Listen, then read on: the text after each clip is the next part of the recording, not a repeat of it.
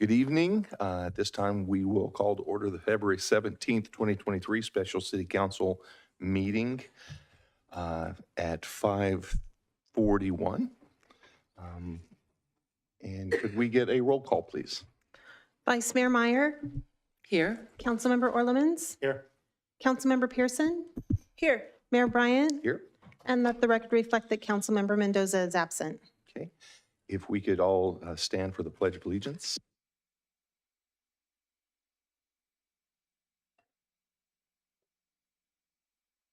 I pledge allegiance to the flag of the United States of America and to the republic for which it stands, one nation, under God, indivisible, with liberty and justice for all.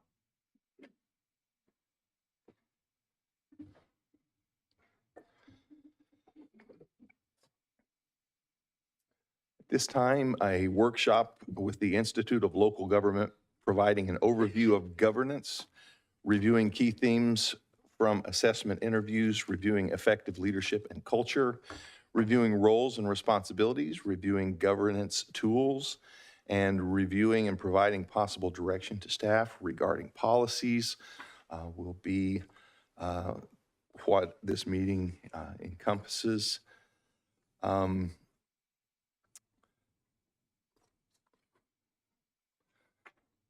So if we could welcome everyone here, and our city council is here, our staff, and tonight we are here for the government workshop, governance workshop.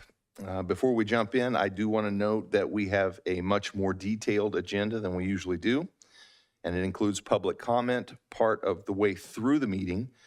At that time, we will take all public comments offered. The 20-minute time frame is just an estimate. Tim, there we go. If you could get us started and introduce everyone. Yes, thank you, Mayor and Council, for making time for this special workshop tonight. I'd like to introduce Melissa Key and Hannah Stelmakovich, who are here with the Institute of Local Government to walk you through an interactive and participatory presentation tonight on local good governments. And so I'll turn it over to you, Mayor, to give a brief introduction to what we'll be looking for tonight. Well, some of the goals, one of the main goals for tonight's meeting is to take advantage of the opportunity within the confines of the Brown Act to be able to have frank and open discussion regarding our expectations, our understanding of roles, responsibilities, and the expectation of our community for what they should and can expect from our council. And so it's all of us understand how important and essential quality good government is and responsible government is. Everyone here on this council, I believe, and you have shown that you genuinely love and care for our community and our families in our community. So it's important for us to be what the community deserves. And there are examples throughout history of concerning behavior in leadership roles of government. And I really want us to be the example of what to be and not what not to be for our families and our community. And so really that's what this is about. Just clarifying some roles and making sure that the community understands what the role of the council is as well, because there is some confusion as to what we are able to do, what we're not able to do, our limits and boundaries of our authority and our authority structure. And so hopefully that there will be some clarification of our roles in the minds of the community as well, so that we can better serve them. And they know what we are able to do that they may not have thought we could do, and what we are not able to do that they may have thought we could do.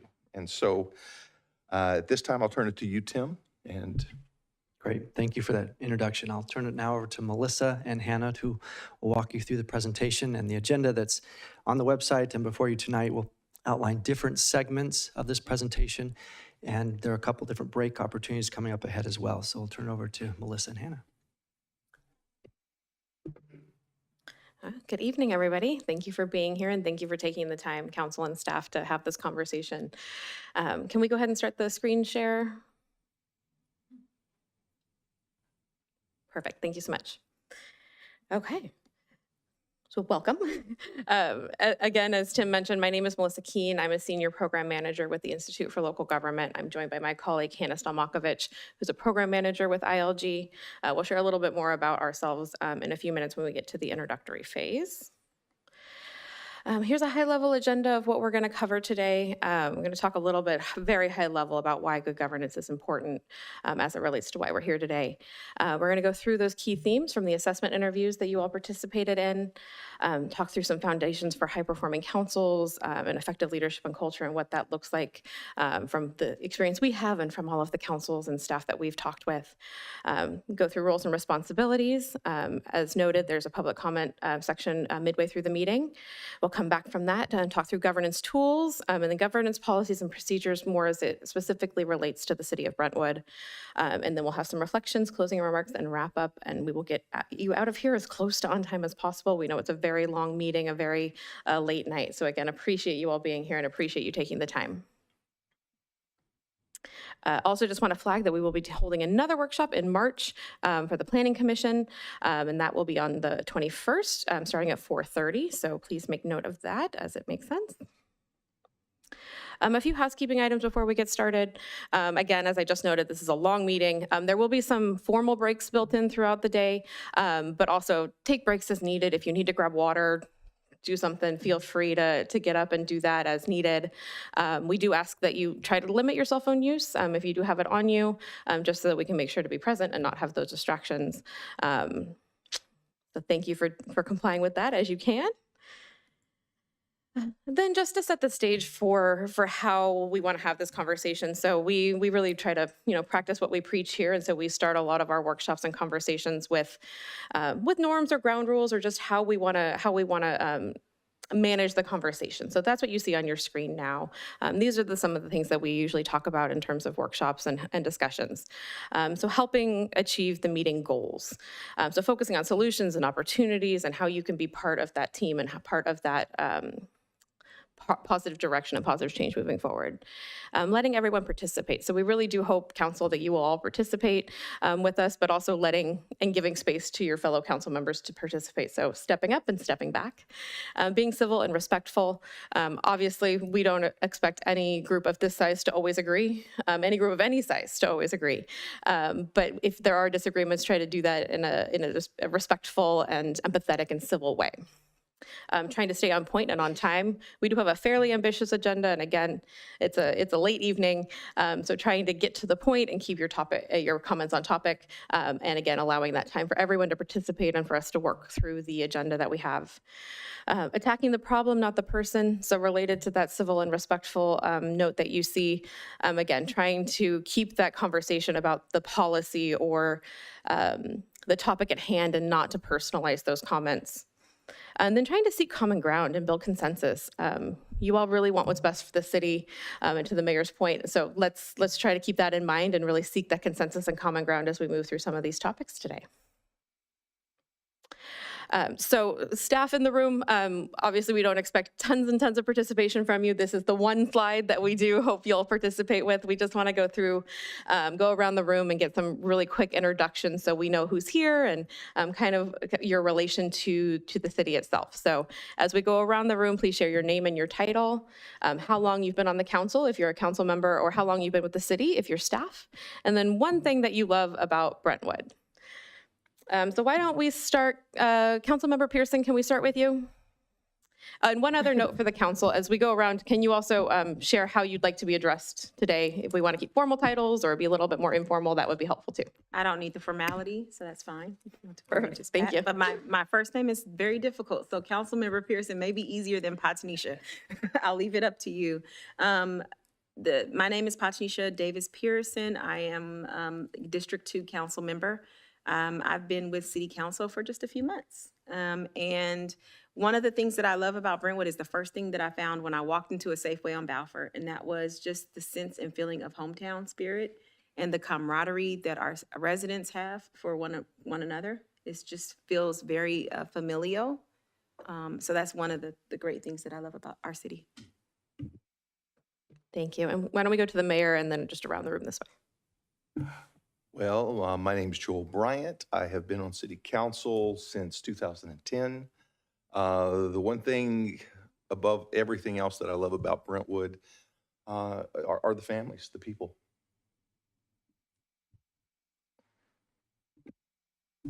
He stole my answer. I'm Susanna Meyer, Vice Mayor and Council Member for District 3. Been on council since November of 2020, so not super long. And I would say definitely the community spirit and more increasingly lately, the goals for so many to bring their culture and their histories and their backgrounds to the city so the rest of us can learn about them and grow together in that way. Thanks. My name is Tony Orlemans. I'm the council member for District 4. I've been on council since December. And the one thing I love about Brentwood is the small town feel. I love the fact that you walk down the street and people know who you are. Your neighbors are there. It's a small town. It's what we are. And please, Tony is way easier than Orlemans. And I should have said that, sorry, just call me Susanna. And you can call me Your Majesty or Joel, either one, but Joel's preferable. Alexis Morris, Director of Community Development. I've been with the city almost 2 years. It'll be 2 years in May. What I love about Brentwood is to a person, people I meet want the best for this community and they want to do their best for this community. And I think that makes a big difference. Good evening, Mickey Sabota, Director of Public Works. I've been director for about 6 years.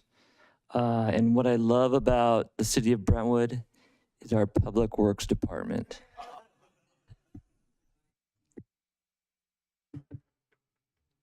Good evening, Bruce Moeller, Parks and Recreation Director.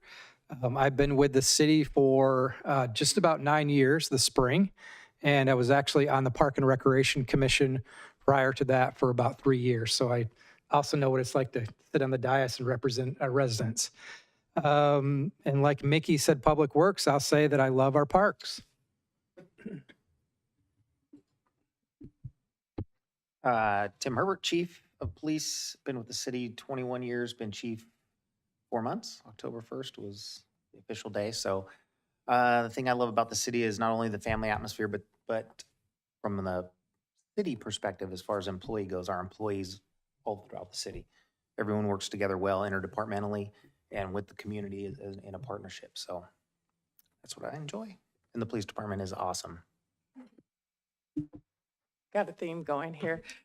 Good evening. My name is Sakari Bashirs, and I'm the Director of Human Resources Risk Manager for the city. I've been with the city 6 years now, just this past January. And what I would say that I love about Brentwood is the workforce and what we have going here and the direction that we're going in. And HR rocks.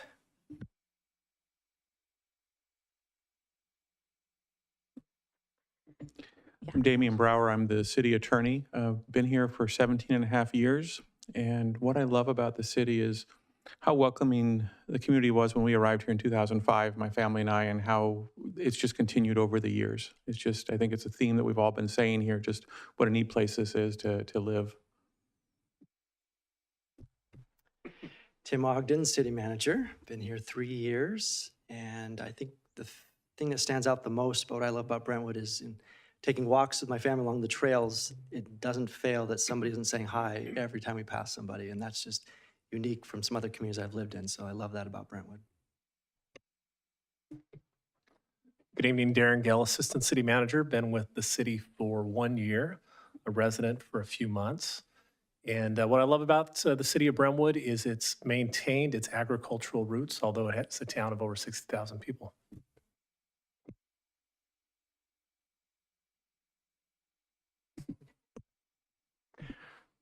Good evening, everyone. My name is Carrie Breen, Finance Director. This is my 20th year here at the city, and I would say I love the green beauty of Brentwood, and I mean not just finance, which obviously is beautiful, but I'm talking about like the proximity to Round Valley, the views of Mount Diablo, when you drive down O'Hara and you just see the beautiful landscaping, you take a walk down the Marsh Creek Trail, you go to the dog park, all that sort of thing is uncommon, and I have not seen that in other cities that I've lived before. And we're not going to let Margaret or Amanda get out of this, so please introduce yourself.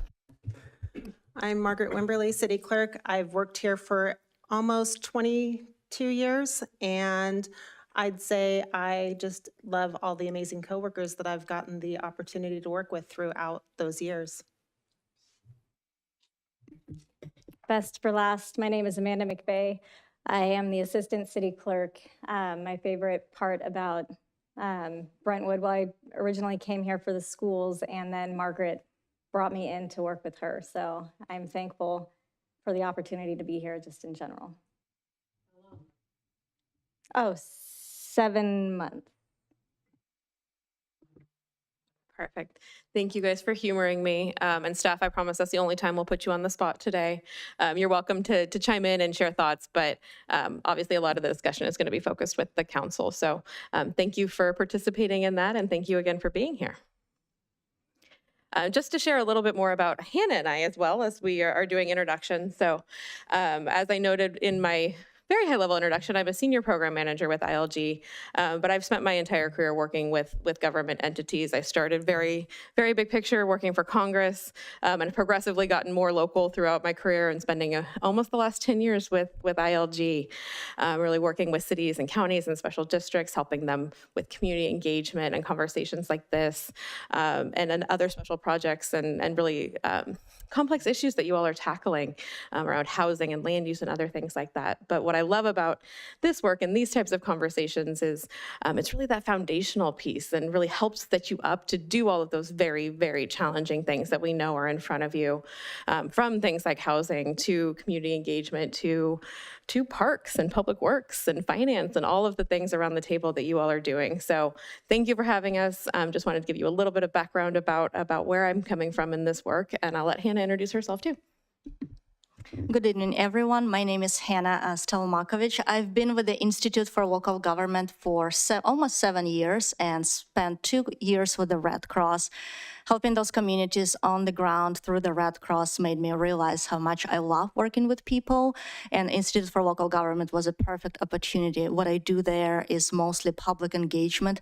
We design and implement those meaningful and authentic public engagement strategies and processes, really creating the space to include voices that are representative of the community. And it's not always easy, and the process can be messy, but with the right set of tools and the positive attitude, I think we are moving the needle one community at a time.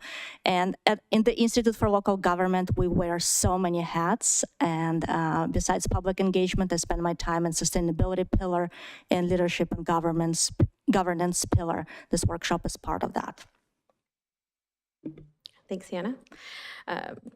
Just to give you a little bit of background on ILG and how we fit into the local government landscape in case you're not familiar. So as I mentioned, we work with cities, counties, special districts statewide. So you're talking about thousands of entities that we work with to really help promote good government and help, again, you tackle those issues that are so challenging. We're affiliated with the League of Cities as well as the California State Association of Counties and the California Special Districts Association.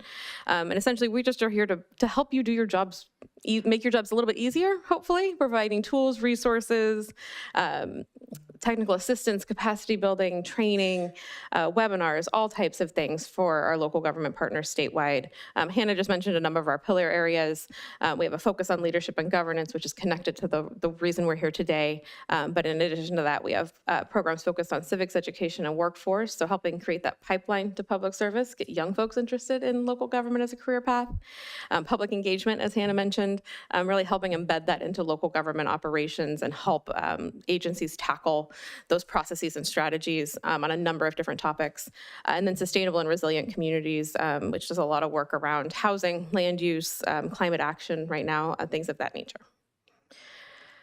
So just to give you a little bit of an idea of how we approach this, again, as I mentioned in the introduction, that this is really a foundational piece, and that's how we at ILG really approach this work in what we call leadership and governance, helping set the groundwork and the stage for you all as elected officials and staff to really move the needle on the important projects that are in front of you. And to do that, it's really a focus on helping build trust, accountability, responsiveness, transparency, so you have that trust with your community, that you have that backing so you can move things forward, move projects forward, and have the skills and tools to operate as a council really effectively and work with staff really effectively to move the needle and make your communities better. And before we jump in, I just want to acknowledge that none of this is easy. It's not easy to have these conversations. It's not easy to govern. It's not easy to be an elected official. It's not easy to be staff. There's been a lot of things going on in the world externally and internally in our local governments statewide that have made this a more challenging job than I think it was when most of you were elected. So I just want to acknowledge the elephant in the room that none of this is an easy job. None of this is easy to tackle. So thank you again for being here. So just to jump in, Mayor, I know you already did some welcoming remarks. Is there anything else you wanna add? Nope. Okay, perfect. So one other piece that we'd just like to hear from each of you on the council before we jump in is a little bit more about your story and why you're here on the dais. So if you wouldn't mind sharing with us just a little bit about what inspired you to run for council. We'll start on the other end here. Tony, do you mind if I pick on you this time? So my story, 34 years in law enforcement, 4 years in the military before that, so 38 years as a police officer, 10 of them here in Brentwood.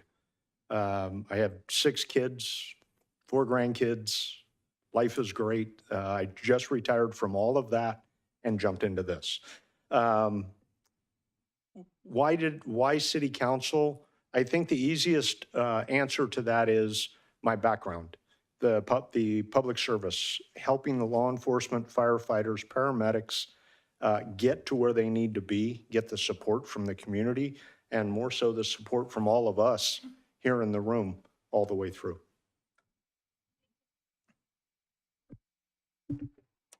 I had a few reasons. One of them was COVID, that it was one of those times where I think a lot of people were concerned about what was going on in their communities and what could they do to help. And so I thought I'd throw my hat in the ring just for the sake of acting instead of just complaining. There were some things going on in the city at the time that I was concerned about when it comes to overdevelopment without the infrastructure to support it. My district has the largest percentage, I would say, of older adults in the city. And with my nonprofit background doing that kind of work, I thought I would be a good representative to advocate for their needs, basically. And I've been involved in the community in one form or another through my whole life. And this was not a natural thing. I'm not a politician. I don't ever let anybody call me that. Public servant is about it. So politics is not, it's not my thing, but I figured that given the opportunity and the people in the district that I would be serving, I thought it would be a good time to jump in. My background is, I guess, pretty common in the country. I come from a multi-ethnic family. Both of the ethnicities, my father was Cherokee, my mother was Jewish. Both of them personally and our family history in the country. And on my mother's side internationally, there was a lot of big government taking advantage of people, people with nefarious intentions, abusing people. And I was raised in an area that the population explosion around kind of absorbed the location that I grew up in. And so there were several things I didn't want to see. And when we moved to Brentwood, the people, the community, the entire environment was the place I wanted to raise my family. And I wanted to keep it that so that my kids, my grandkids eventually would be able to raise their families in this kind of environment that's surrounded with natural beauty and also filled with people that are genuinely caring. We know the names of our neighbors, our community, And I wanted to make sure that we kept our home and our home community that. And so I have had the opportunity to work with our community, and as the diversity grows, the thing that's really, really important to me is for us to all understand, as we spend more and more time with more diverse cultures and people, that we have so much more in common than we do that separates us, that we can eventually get to the point where everyone is able to succeed at the same level, receive the same amount of respect and care as anyone else, just because they're people. And so that's kind of why I got involved. All right, so they all said everything that kind of pulls together why I ran for city council, why I'm sitting in this seat. Very similar to what the mayor stated, I had very humble beginnings growing up in Oakland, family on welfare, living in public housing, well, not public housing, but on Section 8 housing, and really working my way up in an environment that was at the time in the 80s, very dangerous, but just always having a love and a passion for my city, no matter what we went through. So when we moved from Oakland to Brentwood, I wanted the same thing for my children. I wanted them to be in an environment that they absolutely loved, a place that I knew was safe, for them to walk down the street, a place where people actually know your family name, a place where people can say hello to you if you are taking a walk in the trails. And that was Brentwood. It had beautiful natural resources. It has lovely neighborhoods. And initially, as soon as I got here, I knew I wanted to be involved in our local government. Despite the public comments of I have other political aspirations, I do not. And I actually had to give up a job that I love to do a job that I love.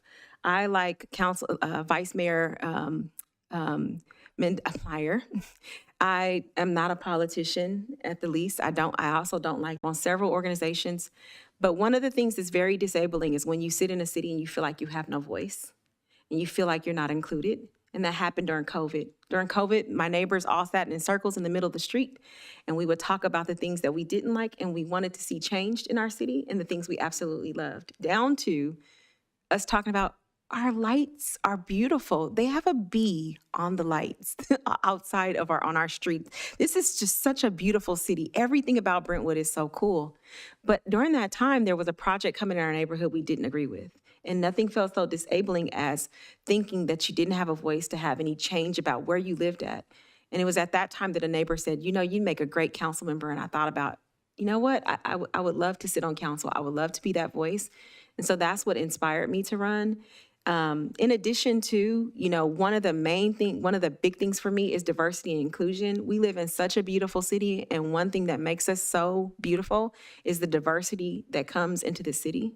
And I just want us to exploit it and enjoy it and love it. And I think it makes us better. So I am all about, figuring out what we need to do to be more diverse and inclusive, to look like what we look like. So that's why I'm here. Thank you so much, and thank you all for sharing. I think a lot of what I'm hearing here is a call to service and diverse backgrounds that bring a lot of value to the city and the city operations, and wanting to really make Brentwood a great place for your community and families and your families and all of the families here. And I just always love hearing those stories. So thank you so much for sharing. And I do think that reflects a lot of what we were also hearing in the interviews. So just wanted to take a few minutes to talk through some of what we heard through those calls. And first, want to thank you all for taking the time to chat with us again. We know you're all very busy and really appreciate you taking that time. Helped us get a starting point of this conversation and kind of where we needed to focus or think about as we prepared here. So I want to share some of that with you all. So as as you know, as council, we talked about a few things, what excellence and governance look like. So if you're an excellent city council, which I am not saying you guys are not, you guys definitely have a lot of fantastic attributes, and we're not here to make corrections. We're just here to have some conversations and really get you set up with the changes on council to be productive and a great council moving forward. So we talked about excellence in governance, roles, what's going well, and some challenges. So let's walk through this really quickly, and then we can have a chance to chat about it. So some of the things that you all flagged in terms of what excellence in governance looks like was transparent and accessible to your community, doing your homework and being prepared for council meetings and workshops and things like that, being able to have conversations in a respectful manner, and doing the right thing even when it's not popular. In terms of council roles, you really, and I think we just heard this here in the introductions, but being a trusted liaison to the community and a representative voice for the community that you serve, giving everyone an equal opportunity to express their opinions, both from the council perspective as well as the community, to listen to each other and to listen to the community, to uphold your general plan, laws, and legislation that are already in place, and to operate with integrity. In terms of successes, these are just a few of the things that we heard, but that you're in a really good financial position, that you're accessible and you're enabling resident participation and engagement. You have great community services, police, fire, your libraries, good infrastructure, and then you're seeing an increase in diversity and being more representative of the community that you serve. Some of the challenges that were flagged were things like the fairly imminent recession that we're hearing from a lot of folks, being prepared for harder financial times, get more businesses while keeping the hometown feel. So what does that balance look like in terms of being able to be in that, maintain that good financial position, but also maintaining the hometown feel that a lot of you just talked about in your introductions. And then addressing land use, work, housing balance, transportation, a lot of the things that a lot of cities statewide are grappling with right now. And then in terms of you all as a council and city, things that are going well, you have a common goal. Each one of you as council members have the best interest of the city in mind, that you're acting professionally despite differing opinions and again, the diverse backgrounds that we talked about, and then having diverse viewpoints working together. So that came up in a couple of different ways. And then in places where there might be room for improvement, and we'll talk through some of this throughout the evening today, but communication. So better communication, better understanding of communication styles, and being able to have that continued respectful dialogue, addressing past decisions with respect and openness. So kind of a checkpoint reality check of where you are and what that history is. Being able to run more efficient meetings, be present and prepared. Not unique to you guys. I think everybody's struggling with efficient meetings right now. There's a lot to take on and a lot to be prepared for and moving that forward. So we'll talk a little bit about that today. And then better communication between the council and the staff. So I just want to pause and see if there's any reactions from you all as a council. Does anything surprise you? Anything that you think is missing from this list? Just any initial reactions or thoughts? To be honest, I didn't really see what I felt my comments were going to look like. I think it was more more of an overview than it is getting into specifics, which I understand. I did struggle with feeling this was actually worth the time and effort. Based on seeing what the overview responses are, I still feel the same where I don't feel like we need to be a team of friends. I'm struggling with this a bit, and I know we're going to go through a whole discussion here, but I did have a lot of comments that I recall making that I didn't see in the overviews, and so I'm just hoping we can be very open today in discussing what we're looking at, because I think some of this expectation that we need to keep things more efficient. I don't have a problem with going line by line through something. If a meeting is longer, if it's a very important issue and we need to go over it line by line, we go over it line by line. You know, we're going to be committed to having meetings that go till 1 in the morning if we need them. And I don't think that makes us inefficient. I think it just makes us really doing the work that the residents need us to do. So I just am hoping that we can make sure we're really being open and transparent and honest about what we're seeing here in the overview and what we're seeing in each other and what we're going to get out of this. Thank you. I really appreciate that, and I just want to address that. What you see in the overview there is not every comment we heard. We were trying to pull things that where there was some commonality. We have a longer list of things and all of the notes from all of those calls, and I do echo your hope that we can have really candid conversations today, and have and get to a better point and talk through what that might look like for you all. So. Thank you for that comment, and yes, I just wanted to recognize that you might not see your explicit comments reflected there, but we were trying to pull some themes together.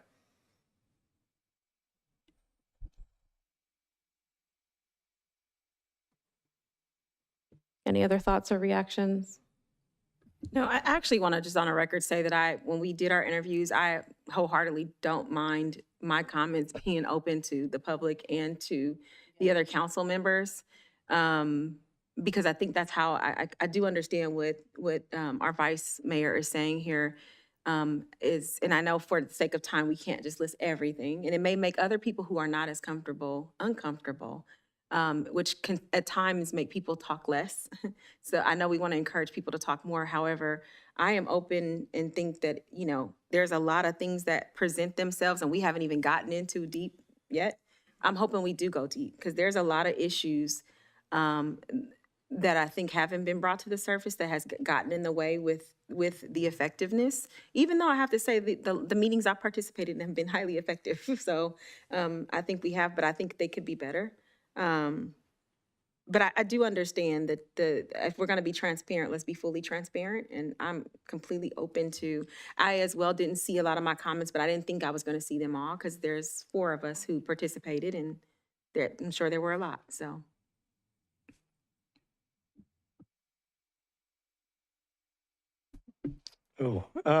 Well, without a doubt, my comments weren't on there. I mean, there were a couple that were there, but not very many of them. And I don't have a problem with that. I'm sure we're going to get to them. What the vice mayor had mentioned about, I have no problem going over an agenda or an item line by line if it takes us till 1 o'clock in the morning for all of us to understand it. I'm more than willing to do that. And I'm more than excited to do that so that everyone gets that understanding, not just the 5 of us or the group that's sitting in the room, but the citizens also. To what Patanisha said, the bringing out the truth, bringing out what's truly a hardship and making the meetings, I agree 100%. We've been to 3 meetings and they cruised through without a problem. We were out of here by 10:30 or something, the last one. So I don't have a problem with it yet. Having watched meetings that went much later than that, it seemed that those meetings went so late over bickering from the council, as opposed to constructive criticism or disagreements, which I'm assuming I'm going to disagree with all 4 of these people on a numerous amount of topics. And I don't have a problem talking about those things. We just have to be respectful when we do that with each other, allow each other to speak, finish sentences without cutting each other off, as well as staff, treating them with the respect every one of them deserves. I mean, we listen to introductions in here. That's just their Brentwood time, let alone what they've done in their careers to get to the seats they're sitting in right now. So. I agree with everything that's been said, so I'm not going to repeat it. But one of the things that I believe is going to be beneficial is the fact that we're able to be together in the same room again. There was definitely a handicap trying to do this in Zoom. More than 70% of human communication is nonverbal. And so it's much easier for someone to get their point across when I'm standing here or sitting here looking. The message that they are communicating is much clearer with a lot less opportunity for misinterpretation or misunderstanding when we're all in the same room. And so I think some of the concerns are just by the very nature of being here in person going to alleviate the issue. So. Just want to make one final comment, and that is that I think there were a few meetings that bickering, if you want to call it that, happened, but for the most part, even though it took us a while sometimes to get there, most of our votes were 5-0. And I think that's the productivity. If we're looking at trying to make sure we're doing the work of the people, it isn't as important to me how we get there, as long as we're voting in the way that we're representing the people that voted us into office and are expecting that from us. So I'm not as worried about the bickering, and I think that was not as common as maybe has been portrayed a bit. Thanks. And I'm going to add one more thing too. You know, earlier in the, I am concerned about bickering up to a level. There's as a litigator, as an attorney, there's disagreement and an argument to get us to a point, but it's how we do it. One thing that I didn't like in the opening of this material was the ground rules. When we talk about implicit bias and diversity, and we tell a group that has women or people of color to be respectful, it bothers me because it puts us in a place of just be quiet and stop talking. But I do believe in civility, and the public's perception is their reality. As a former member of the public, my perception was that before being on city council and sitting on council meetings, which I did, was that there were times there was not healthy argument or dialogue. It was nasty. And that, to me, spilled over into the people in the seats that were coming, into the community, and it reflected poorly on our city. So I agree that dialogue and argument is necessary, absolutely. But I do not agree that personal attacks and bashing and just starting off with distrust, and I think trust needs to be earned, but starting off with, I don't trust anybody here. I don't trust the staff. I don't trust the residents. I don't trust council members. It's just not a really great place for us to start off with versus I trust until you show me not to trust. And so, you know, I walk a real fine line with, I don't like to be, because I know that there were several residents that came to speak that some people may say was disrespectful, or even council members. And I think they're passionate, which, you know, I've heard Councilman Orleman say that before. He's talked to me about it, about passion, yes. But there were times when that crossed the line of passion to being just nasty. And, you know, I'm a proponent for civility. We get stuff done and we don't always agree, but I think it's how we do it is what we need to pay attention to. And I'm hoping that tonight we do that. It is very difficult, and I'm going to say the elephant in the room, that we do have a council member that's not here. And I understand all perspectives. I've you know, spoke to her about why she's not here, and the things that she's told me, I hear it. I hear why, you know, other sides. And at the end of the day, I think it helps when we were all present and in the seat to go ahead and give our input so we can get to something. But yeah, just a little last comment I want to say. No, I definitely appreciate that, and thank you for the feedback on the ground rules. We'll take a look at that. Don't want that to be how that's coming off, so appreciate your feedback there. And I also just appreciate how you guys are just jumping in here and having the candid conversation. That is really what we're hoping for. And so, as I mentioned, this not easy conversations. This is not a comfortable place to be a lot of the time. And so just appreciate the openness that you're coming to this conversation with, and hopefully we can dig into some of these conversations that you want to have. So I want to start really, really big picture to jump into this conversation, and want to hear actually a little bit more from each of you. What does a high-performing council mean to you? What would that look like? Mayor, can I pick on you this time? Sure. A high-performing council is one that is willing to listen to the individuals, the groups in the community that you were elected to represent, to legitimately hear what they have to say, clearly understanding that you won't always be able to tell them information they want to hear. If they're looking for a yes, you can't always do that. But the fact, a high-performing council is made up of council members that go into every conversation willing to hear and allow those conversations maybe to add to their perspective. so that they can see things from a viewpoint that is not personally biased and be honest. A high-performing council is one that is honest enough with themselves that they go into every situation with personal experience bias.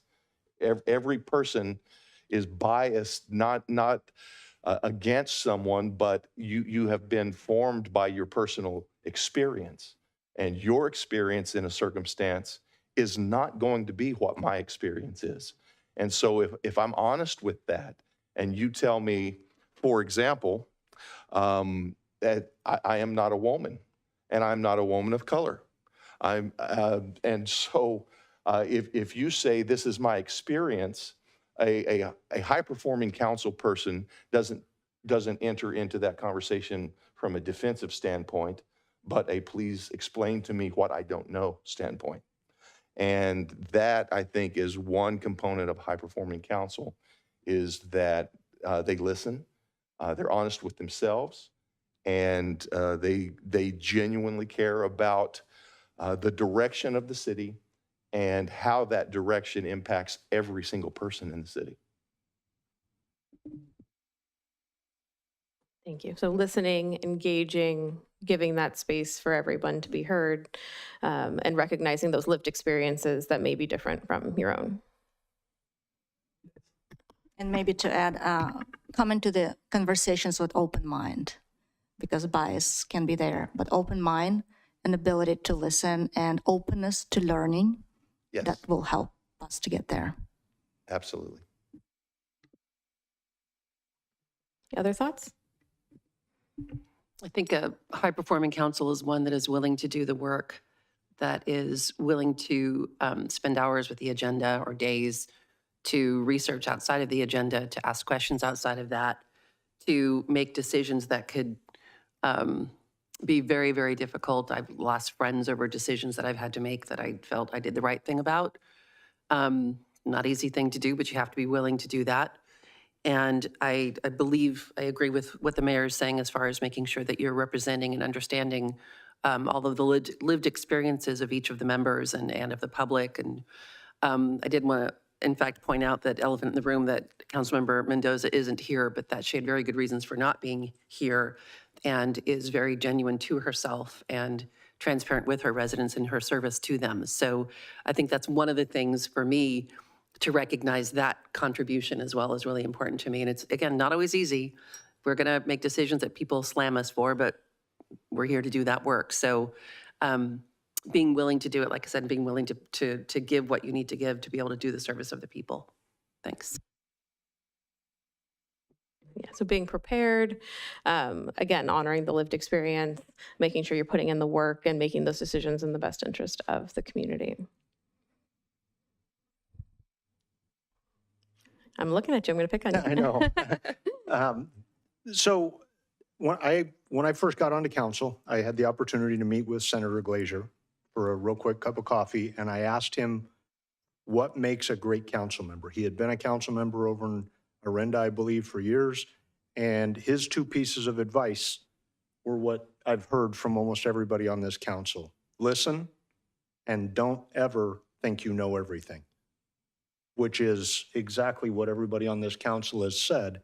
Be willing to ask questions, be willing to go beyond the simple agenda to research what you don't know, because what I don't know about half of those agendas could fill this room 5 or 6 times.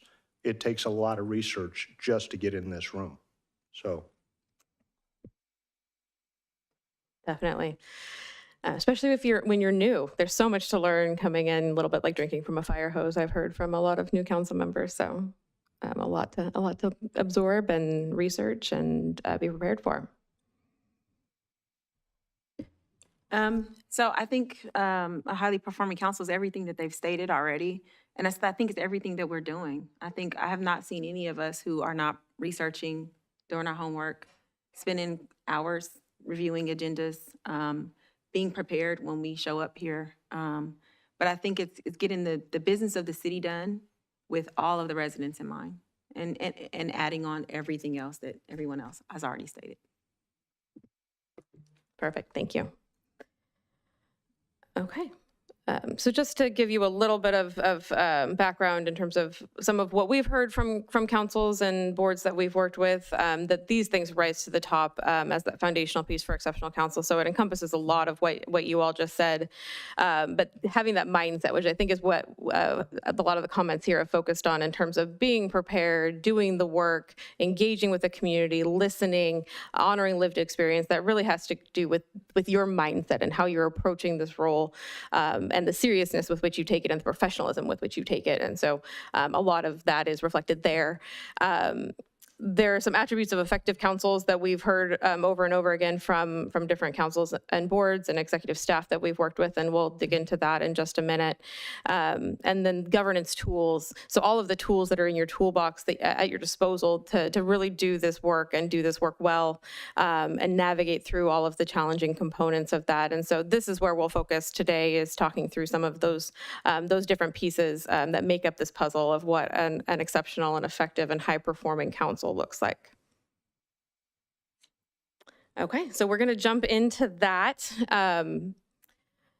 This is just a quote that has stuck with us as we're doing this work and as we're thinking through these things. So leadership is the activity of mobilizing people to tackle the toughest problems and do the adaptive work necessary to achieve progress.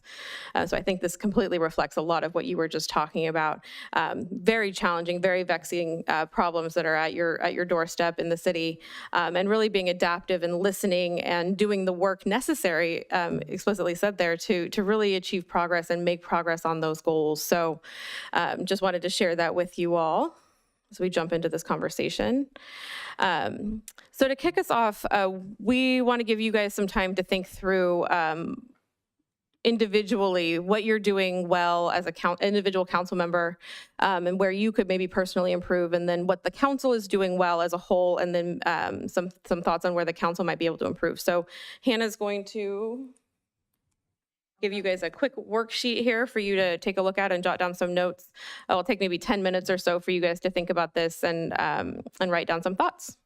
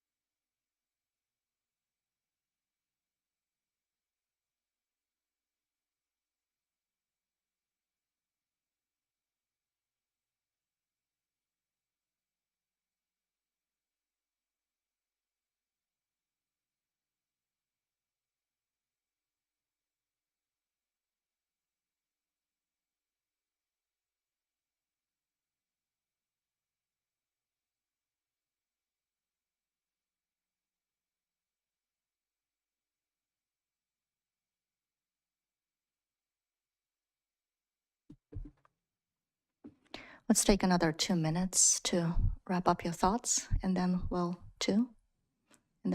share and discuss.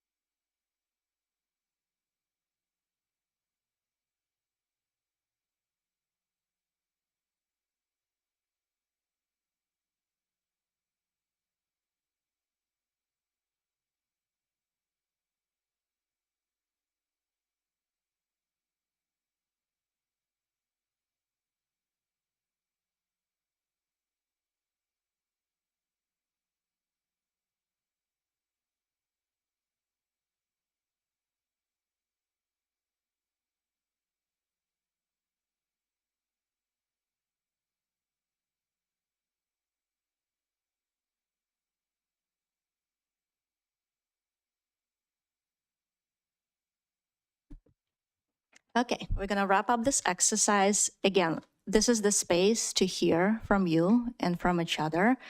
And for those of us who are not auditory, prefer writing versus auditory listening, we thought we introduced this exercise so you have this opportunity for the quiet time and write down your thoughts. So we talked a little bit, you shared what, I feel like my microphone is it good? Okay. So we've talked a little bit about what exceptional counsel means to you, and you shared that willingness to do the work, willingness to learn and listen, willingness to get in the business of the city done, coming with that frame of mind, recognizing that we all have implicit and explicit biases are some of the attributes of the high-performing exceptional counsel. What you had on your template or worksheet is another 6 attributes of high-performing counsel, which Melissa will go over those individual attributes over in a minute, but we wanted for you to take this quiet time, read them on your own first, and think about where you as individual can improve and where council can improve and what is already going well. So we're hoping to hear from you. If you're willing to share some of the reflections from this exercise, that would be great. And if you would like to keep it to yourself, to your personal individual thoughts for the sake of this exercise, that would be fine too. So if anyone would like to share their reflections on the exercise, you're welcome.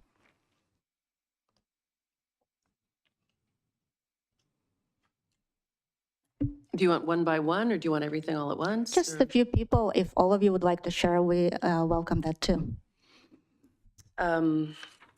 I would say what I think I'm doing well is serving the entire city, not just my district, which is a conscious decision. Putting the needs of the residents first and being accessible and responsive, or at least trying to. What I could use improvement on, speaking up more, which I'm working on. Understanding that sometimes a protest vote, even if it's not going anywhere or doesn't have impact, means something to residents. You want you to fight for them. And I would like to offer on the where could you improve list. If anybody watching wants to share where they think I can improve, please email me, smeyer@brentwoodca.gov. Happy to have a chat with you. What the council is doing well, I would say maintaining accessibility, which again has been a conscious decision to make sure that we're, for example, allowing everyone to make comments via Zoom and phone and in person and increasing that accessibility and putting the time in. And I think where we could improve as a council, we could work to figure out ways to engage more residents and bring them more into the work that we're doing and the decisions that we're making on their behalf. we could work more regionally with other local cities, and we could really improve our conscious decisions to take a stand on things that our residents would like us to fight for. Thanks. Thank you for going first, and thank you for being honest and candid. It's much appreciated. Anyone else would like to share? Yes. I think some of the things that we are doing well, I think we do practice continuous learning and development, and to connect with something that the Vice Mayor said.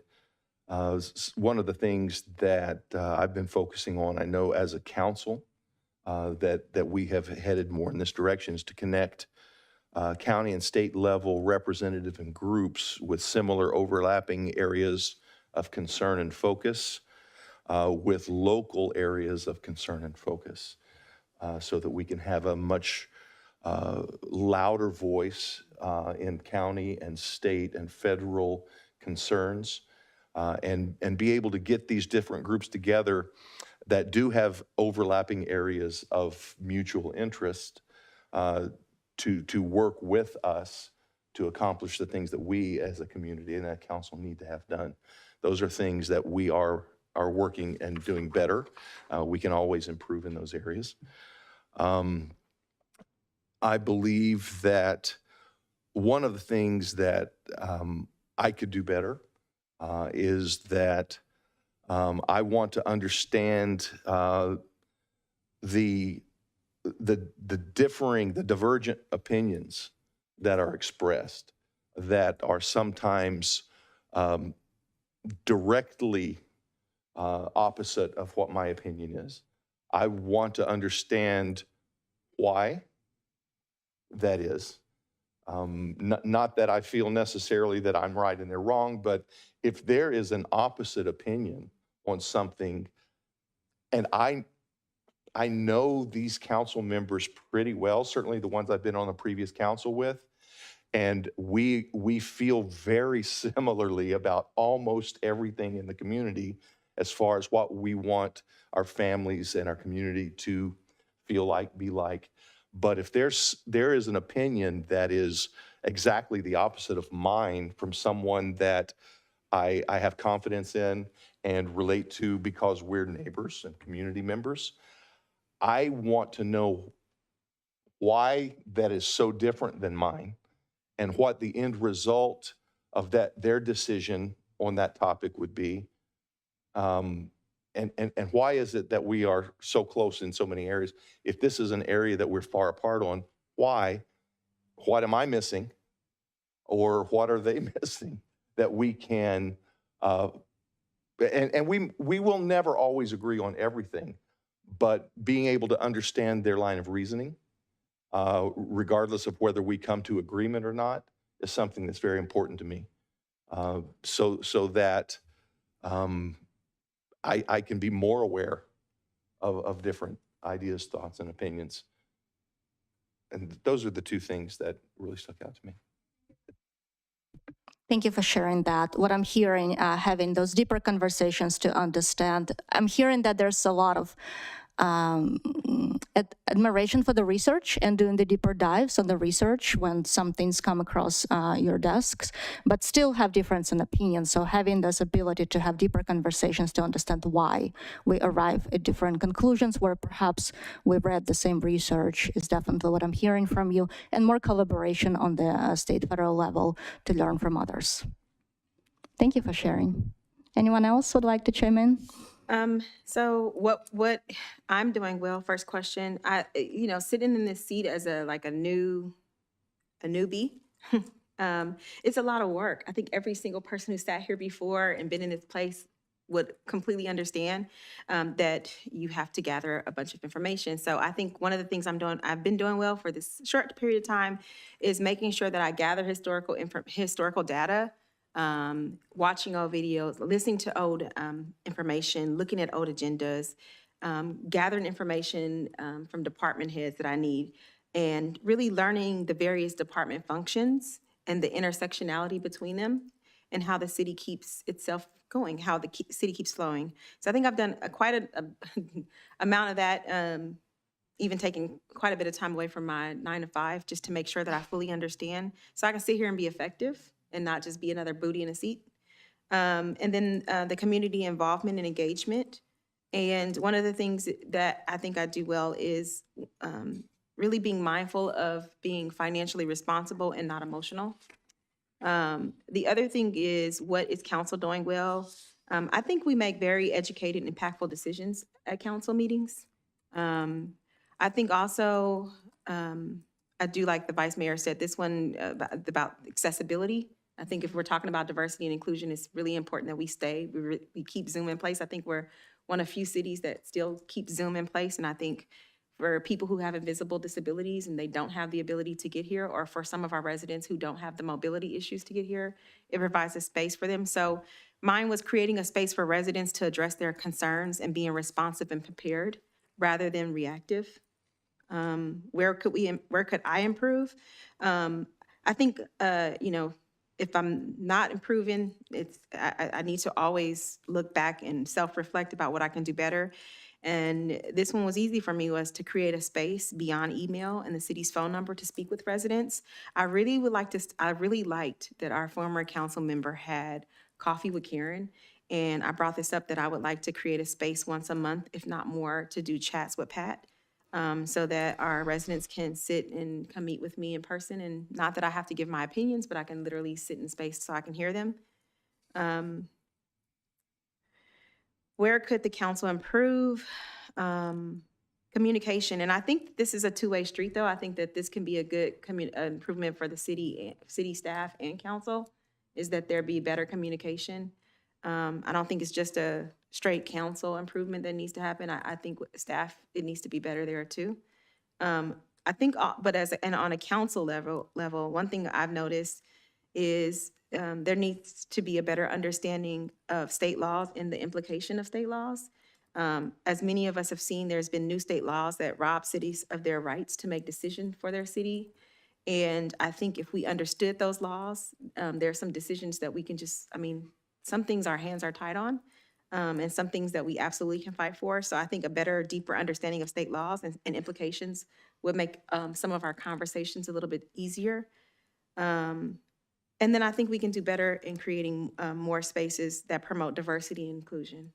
And that's on the council and in the staffing, in the city as a whole. Thank you. Thank you for that. I hope my typing wasn't too loud. I forgot to turn my mic off.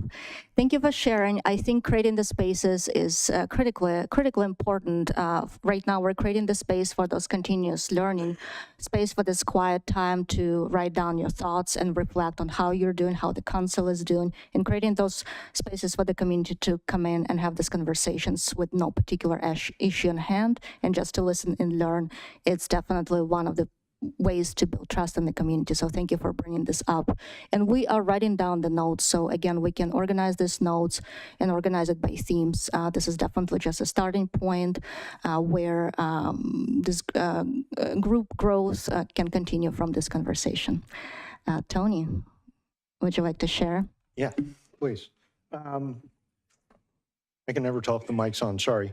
As a new council member, I think what I'm doing well is learning what I don't know. I came into this with a whole lot of knowledge of one specific part of this city. And I go out looking for staff members, people to talk to. I'm asking questions constantly. And if there's one thing I'm doing well, it's I can ask a really good question. And that's of everybody, including the people on council with me. By doing that, I think I'm serving the community very well. Everything I've brought up before the council, as a new council member, as a newbie, which I hate that term because it doesn't really matter. My vote counts equally whether I'm a newbie or an old guy, and have been around for 150 years. It doesn't really matter. And I don't like the term, but as that newbie, I want to be able to bring the things to council that my constituents are telling me they want brought to council. and not feeling bad about doing that. For the most part, the last question I wanted to talk about was where could the council improve?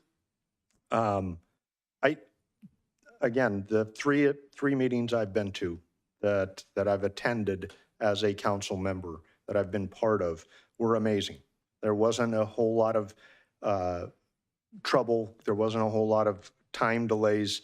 I think we all could treat this meeting a little more like a business meeting and a lot less like a meeting of friends that are trying to discuss things.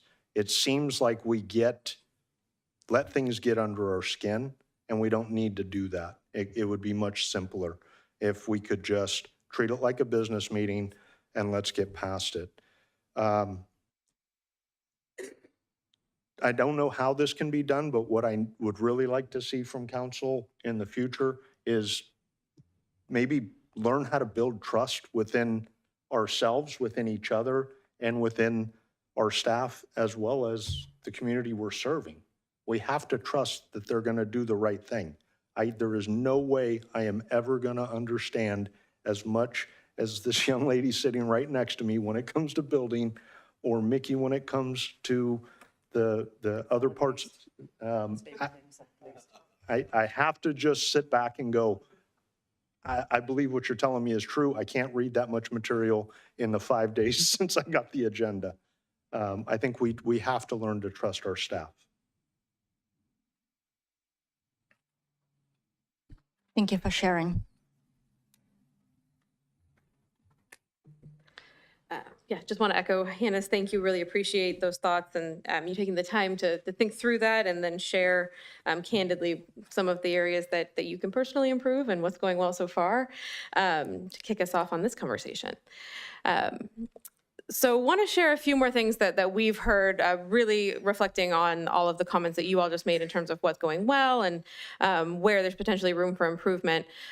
These are some of the things that in conversations we've had with elected officials, with executive staff, when we ask that question of what does a high-performing, what does an effective council look like, these are some of the things that rose to the top. So we're going to talk through each of these in a little bit more detail, but just so you know what's coming, we'll be talking about having that team mentality, clarity around roles and responsibilities, honoring that relationship with staff and each other, almost exactly to Tony's last point there, conducting effective meetings, having that accountability component, and then practicing continuous learning and development, which a lot of you have also flagged as something that you're doing and putting in the work there. So kicking us off, so thinking about developing a sense of team. So recognizing that some of you are brand new, thinking about that transition from candidate to council member, and recognizing all of that information that you have to be taking on. Maybe you have a very specific knowledge about one component of city operations, but sitting on this side of the dais, there's a lot of things that you have to be an expert in, and thinking about all of the different, the state and federal law component that overlays all of this, thinking about all of the different responsibilities and roles that a local government plays, and that can definitely be a challenge. So just thinking about that transition, absorbing all of that information, and thinking about your platform to the good of the city, and not saying that your platform wasn't in the best interest of the city, but just thinking about, again, that breadth of all of the residents that you're serving, all of the city components and operations and pieces that you need to be thinking about there. Being a champion for your city and making decisions in the best interests of the community at large. And I think a lot of you have already flagged that in terms of something that's going well and something that you keep top of mind as you're making decisions and combing through information, but really keeping the best interests of the city in mind. Communicating and developing policy goals and council decisions. We'll talk a little bit more about goal setting in a little bit, but just thinking about having that aligned vision for the community and the aligned goals, so you have that North Star, if you will, that direction that you're all going in. And then demonstrating a willingness to work collaboratively. And I think that's also something that's come up already in terms of your willingness to have the hard conversations, to hear your fellow council members, listen to the community, and work collaboratively and honor those lived experiences to really move things forward in the best interest of the city. Some other things to flag here. part of what we're hoping to do at this in this meeting is thinking through kind of your decision-making process, your communication styles, all of those types of things, because it's really important to understand that. So how each of you approaches the decision-making process and your role as a council member. So thinking about opportunities for you to have conversations outside of just those policy debates and policy conversations to really get to know each other and really understand where you're coming from, as well as that process and the decision-making process, and thinking about that both the conversation between the council and the staff as well, so that everybody's kind of on that same page and moving things forward. So thinking about things like annual workshops or goal setting workshops or things like that can be good opportunities. Orientation processes when you have new council members can be good opportunities to have some of those conversations. The next one up is having clarity around roles and responsibilities. So this is understanding the role of local government. So the city, also as it relates to the county and the state and special districts and the federal government and all of the different layers and complexity that's there. So making sure there's an understanding of that. As somebody who's worked in government my whole life, I had no idea what a special district was until I started working at ILG, and we work with special districts. So that can be a lot to take on and a lot to understand. And the recognition there also, as we're talking about the community may not understand the parameters of what a city does versus the county.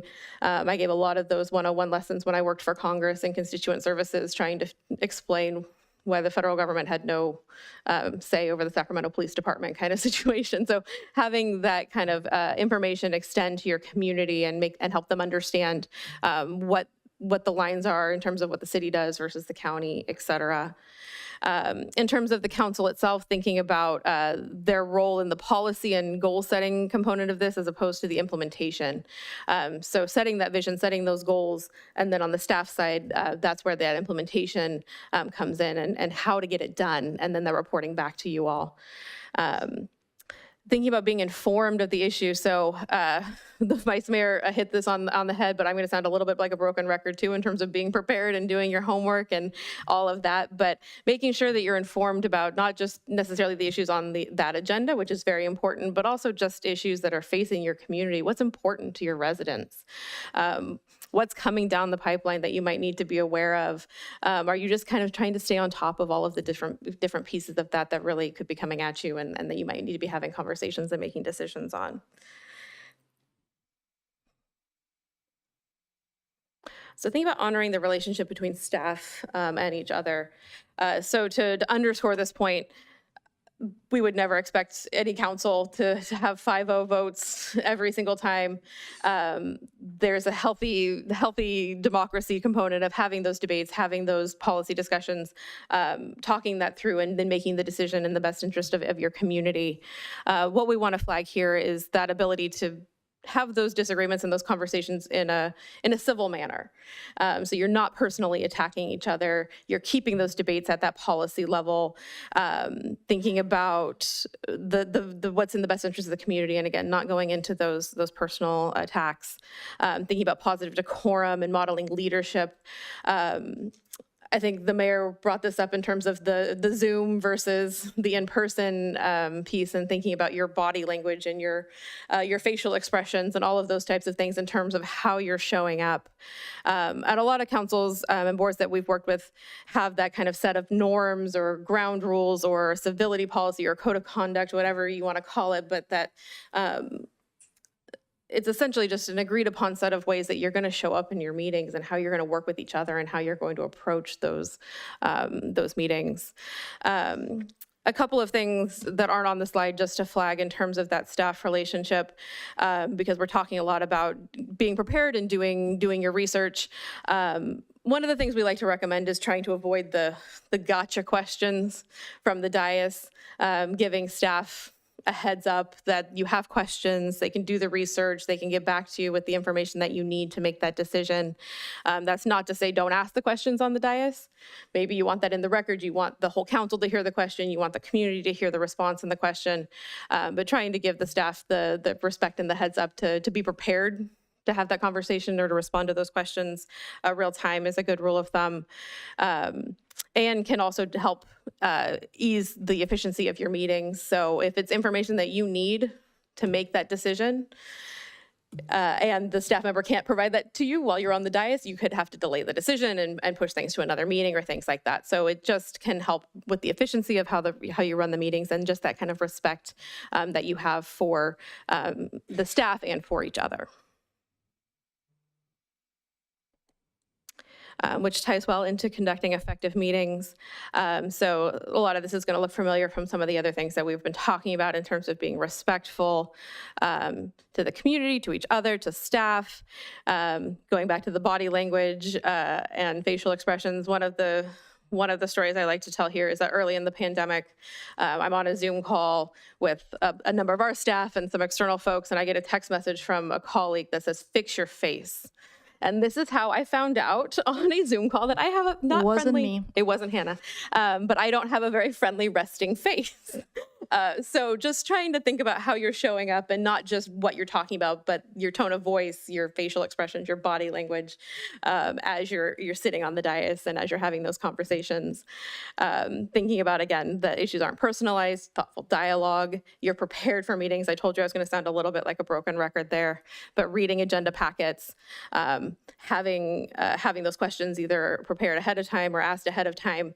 And then going back to the open mind conversation that we were having earlier as well, trying to not have your mind made up perhaps before you're on the dais, but listening to that conversation, listening to that dialogue and the comments and all of that, and being prepared to make those decisions.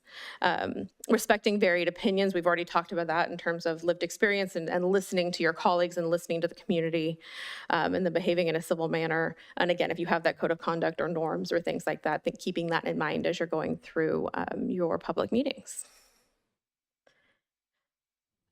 Then on the accountability side of things, so the baseline here is to make sure that everybody is operating ethically and with integrity.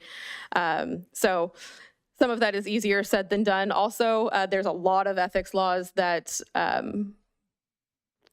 set parameters for how you all engage, how you operate, the things you can and can't do. Your city attorney is a fantastic resource for you in that space. I'm not an attorney, so I won't speak to that, but just understanding that kind of legal framework that that bounds what you all do as council members. Thinking about team building and goal setting exercises, that can really help set the stage for that accountability. If you have those goals, it can be a way to check back in on progress. Are you making progress towards the things that you said you wanted to, that are priorities for your community? How's that going? What pivots maybe need to be made to be more responsive, or what's happened in the last 6 months that maybe altered where you need to go? For example, anybody who had a strategic plan in March of 2020, that went out the window, 2 weeks later. So just making sure that you have those goals to be able to track progress and accountability, but also building in some of that flexibility to manage what the real world is throwing at you. Thinking about taking responsibility for results of decisions, good and bad. So maybe this wasn't your pet policy, maybe this wasn't something you put forth, but owning the results in terms of this is what the council decided, and thinking about that both from a good side and a bad side if needed, but also thinking about taking that time to pause and celebrate success. I know this is something that's hard to do in local government world because there's always another fire, literally or figuratively, to be thinking about, but really pausing, celebrating that success for you as a council and the things that you've achieved, but also making sure that you're sharing that with your community. The good stories very, very infrequently make the front page. It's always the time to try to tell the story of the city and the good things that are happening. Adhering to protocols, codes of conduct, and other policies, and again, behaving in a civil manner, acting with decorum. And then lastly, thinking about continuous learning and development. So we've already talked about this, I won't belabor it, but just staying on top of key issues, seeking out learning opportunities, whether that's hard skills or soft skills. Maybe you need finance information, and so seeking out training on finance or how to read financial statements, or land use, trying to be an expert on land use and housing elements and all of the really fun things that come with that, or whether it's more the soft skills. So how to engage your community better, how to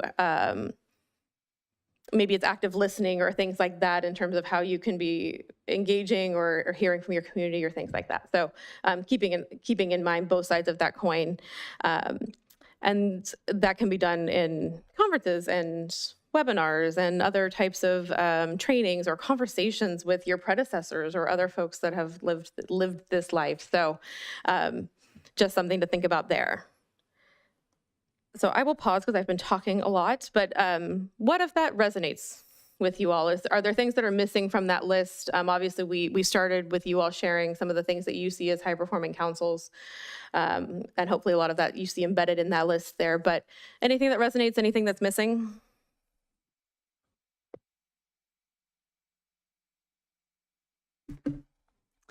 The very beginning, you started off with team building. 30 plus years plus high school sports, every single team building exercise idea that could come up, we can't do together because we're not allowed to go hang out at the mayor's house and have a barbecue because everybody would just assume we're talking about council things. I'm not saying it's impossible because Susanna, I'm sorry, the vice mayor and and Jovita have been amazing at welcoming me at every public event we've attended together. So I feel part of the team. It's starting whether we want it to or not. It's just the traditional ways of making that work can't happen with us. And I'm wondering if there's an idea, something else. It's hard, right? Yeah, the Brown Act and the open meeting laws and that legal framework do really restrict how you all as a whole council can be having those conversations. It doesn't, and I don't want city attorney stop me if I'm saying something incorrect, but you can have those one-on-one conversations as long as you're not having policy level conversations that you're then having that same policy conversation with the next council member and the next council member and the next council member. But on a personal level, you can have more of those one-on-one conversations, but it does restrict, it's an optics issue, right? That maybe all 5 of you do want to get together and have dinner and no city business is going to be discussed. But optically for your community, that's not what it might look like. And so that is a big challenge. But I would encourage, the one-on-one conversations or other types of ways to get to know each other. And I know it's not an ideal setting, but you can have those study sessions or goal setting workshops or other things like that that are outside of the explicit council meeting format to have some of that conversation. But it's not as comfortable as maybe a team building exercise with a soccer team might be. But that's definitely a challenge. I hear you. But that sounds great, but that we know we can have those conversations with one another, but in reality, they don't get to happen that often because there is public perception, which is really real, right? So, for example, I have a husband who had a heart attack in November. My husband has not been able to return to work. He actually flatlined and died and had to be resuscitated. But there is this distrust in the public. So my husband has been attacked because his wife is now on council. He's been accused of all kind of atrocities publicly while he's sitting at home trying to recover from dying in a heart attack. Public perception, no matter if you do anything or you don't, is real. And so sometimes it is safer for us as public officials, not politicians, to not have the dialogue. It makes it difficult. Like Tony was saying, it makes it really hard for me to just go up. I want to know so much more about what our vice mayor, what Susanna does, because she serves the same exact population I do, senior citizens who are susceptible to elder abuse. She doesn't, and I adore people who work in this field. It is a very difficult one. It's hard. You lose a lot of your clients. You see a lot of things that happen on a daily basis that shouldn't to the people who have come before and paved the way for us. And I want to talk to her. But there is this perception that if I do talk to her, we're talking about this, we're talking about that. And look, she's already met with Tony. So even though we know, and it sounds kumbaya, that we can talk about the personal items, I think I personally shy away from it because I don't want and this is me sitting previously as a temporary judge. Public perception was everything. And so I had to be very careful about not giving the appearance of bias or that I'm leaning a certain kind of way. So while that all is the kumbaya, I love and this is not a jab at this training, but I've seen this in implicit bias training. It's like the whole, like, we have implicit bias, but I think what I need is, where do we go from there? Like, we know it, so now where do we go from there? And I think with Tony, I hear you saying, like, give me the tool, because it is very difficult to get to know or to do on that personal level when we do have the Brown Act. And it's a very real thing. It's very difficult, so. First of all, very sorry about your husband. That's really hard. So definitely my sympathies with that. And I hope his recovery is strong and quick. I don't feel the need for team building per se, kumbaya moments. I'm learning a lot about the two of you by sitting here with you, and learning a lot about the two of you when I see you at an event and see how you engage with residents. And for me, that's really important to me. Seeing that kind of behavior, seeing that interaction, same thing with the mayor, Joel. I know enough about you to get a feel, and I'm learning more because we have only worked together, if you will, for a couple of months now. So I have a lot to learn about you, but the process that I'm learning right now is telling me the important things that I need to know, and I'm okay with that. I don't need to be out having a barbecue with someone, or, I mean, it's a lovely idea, but maybe when we're all off council someday we can do that. So I mean, I think it's, I don't feel like I need a tool to do that. I just don't feel like I need it. We're doing the work that we're doing, not so we can be friends with each other. And I even, the team concept, I don't even know that I think that's necessary. I mean, there's parts of this that have been, they're interesting, but I truly don't feel like we're lacking because we're not all buddies and we're not all a team. I do think I can say that every one of us is on the same side when it comes to serving the residents. More than anything else, that's what's important to me.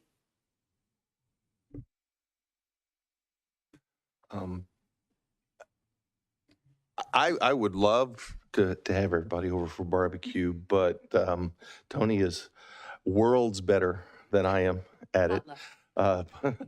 But in all seriousness, what Susanna has just said is exactly right. It's absolutely essential that we work together as a decision-making body to move our community forward we're not shooting in the dark.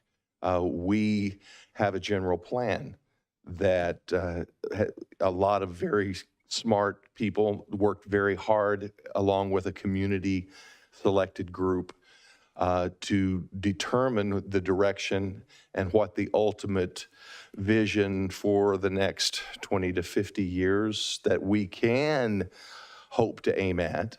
All of us understanding things change. COVID was the prime example. Overnight, sometimes the world changes. But another thing is the strength of this council is our diverse backgrounds, opinions. I want to be very comfortable that I trust the integrity of the person means much more to me than that I agree with what words are coming out of their mouth or that we are all voting 5-0. The value of a dissenting vote to me is as powerful as us all agreeing, because I trust that every single one of us with valuable and viable discussion, we can come to a consensus of what's important for our residents because we all listen and talk to them. But in addition to that, our individual goals and preferences, I have seen our council set aside individual preferences for what is better for the community. and understanding that, in my opinion, that is the level of teamwork, if you want to use that term, that we have. We focus on what's better for the community versus what is my preference or their preference. And I would be very uncomfortable if any council person felt like they could not speak or vote their individual conscience in order to be a part of a team, a corporate body, a team. So I would love to be able to spend lots of time and get to know everyone a lot better. But again, what Susanna said, the more we are able to work together out in the community and in events and functions and things that we can be a part of is really something. And the training that the the League of Cities puts on, and the more time we can operate as individuals, get to know a deeper level of who we are as persons, that I think that builds trust. That builds trust. Spending time with someone, learning, who they are and why they are who they are, that builds trust. And working together on a council meeting builds trust. So I think that that's an area that I'm comfortable with as far as teamwork. I would agree with that, but I also wanted to mention real quickly, one of the reasons I was unsure about this training is I do think, in all fairness, it's premature. And I think Patanisha and Tony came to it without the same inside knowledge, if you will, of like, you're asking questions about what could council do better, what can you do better, but you haven't been here as long, and I feel like it's almost not fair to you you're not working with the same set of knowledge necessarily. And so I would have preferred doing this even 6 months down the road so that they had the chance to understand where they fit in and understand what the history brings forward and understand how we all interact together in a way that they're just learning. So I do wish that that we'd waited before we did this. Thanks. Thank you for those thoughts. And going back to the team conversation, I think you're saying similar things in slightly different ways. I think you approach what that looks like maybe in a little bit different way. And so it's good to kind of get that out on the open in terms of how you're thinking about that. The intent isn't necessarily that you all have to be best friends. The intent of that mentality is to be thinking about, are you all rowing in the same direction? Are you all working towards what's in the best interest of the community? Are you achieving those goals that you're setting for yourself? And just really thinking about staying on the same page as opposed to, again, being best friends, having barbecues at each other's houses. It's great if you if you want to do that and you get there when you're off council and you are friends outside of this, but it's an understanding of how you approach those decisions, how you are working towards the interest of your community members and your constituents. So I'm hearing a lot of similar things, just in slightly different ways from you all. And I think a desire to make sure that you're working towards that goal and working in the best interest of the community. So we want to have a little bit more brainstorming conversation here in terms of some of the things that there might be room for improvement on. And Vice Mayor, I definitely hear you in terms of the limited experience that some of the council members have in this space. And hopefully we can still set you guys up for success and give you some tools and things to think about as you move forward. So Hannah's going to give you, we're going to pivot how we're doing this a little bit. Hannah's going to give you a piece of paper. Just want you to jot down maybe your top 2 things that you think there might be some space for improvement on the council for us to brainstorm some ideas on and how to operationalize improvement in that space. So she's going to give you that in just a second. And we're pivoting in the moment, so bear with us. Top 2 or 3 from that list of 6 attributes of the effective council. And maybe Melissa will bring the slide back so it's easier.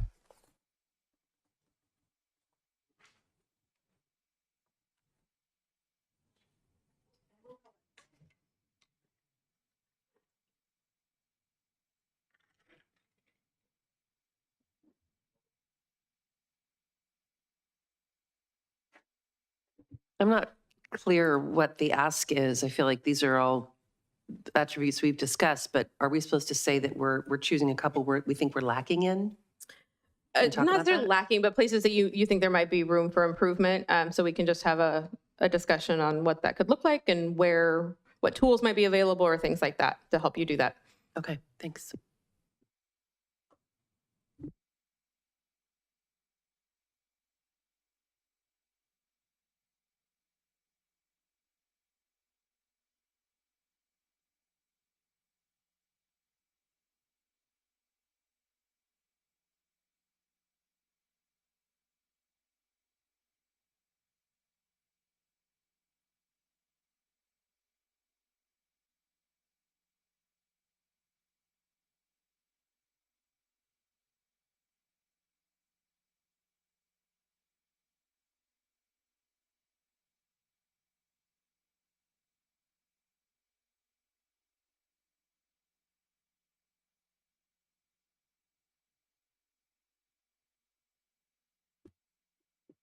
Can you repeat? I am too still, I don't know what is being required of me. Can you repeat that again? I'm sorry. Of course.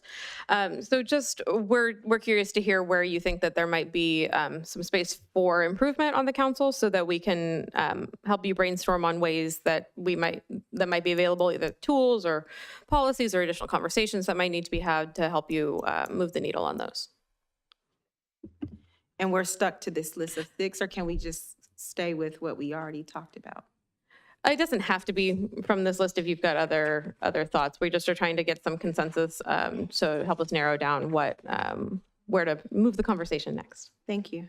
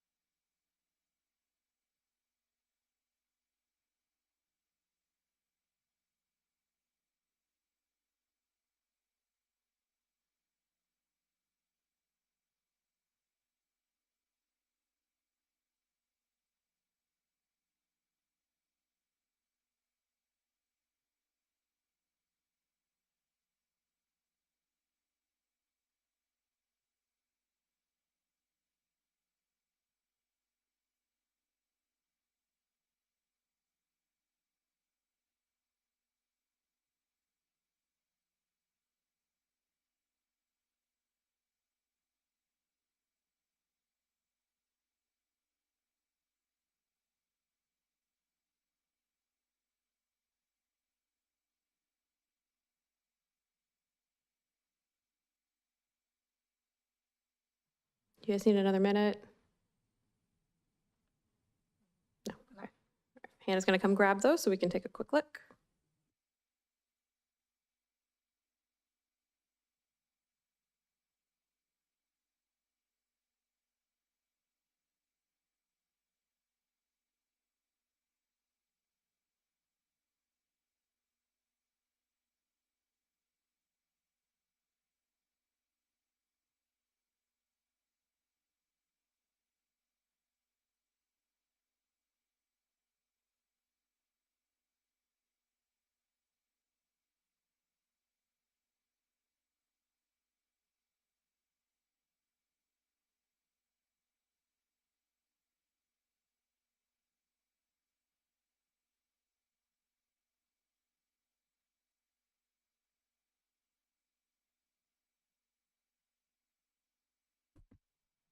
All right, give us a minute. We'll take a look at that. And thank you for bearing with us. That's our pivot moment.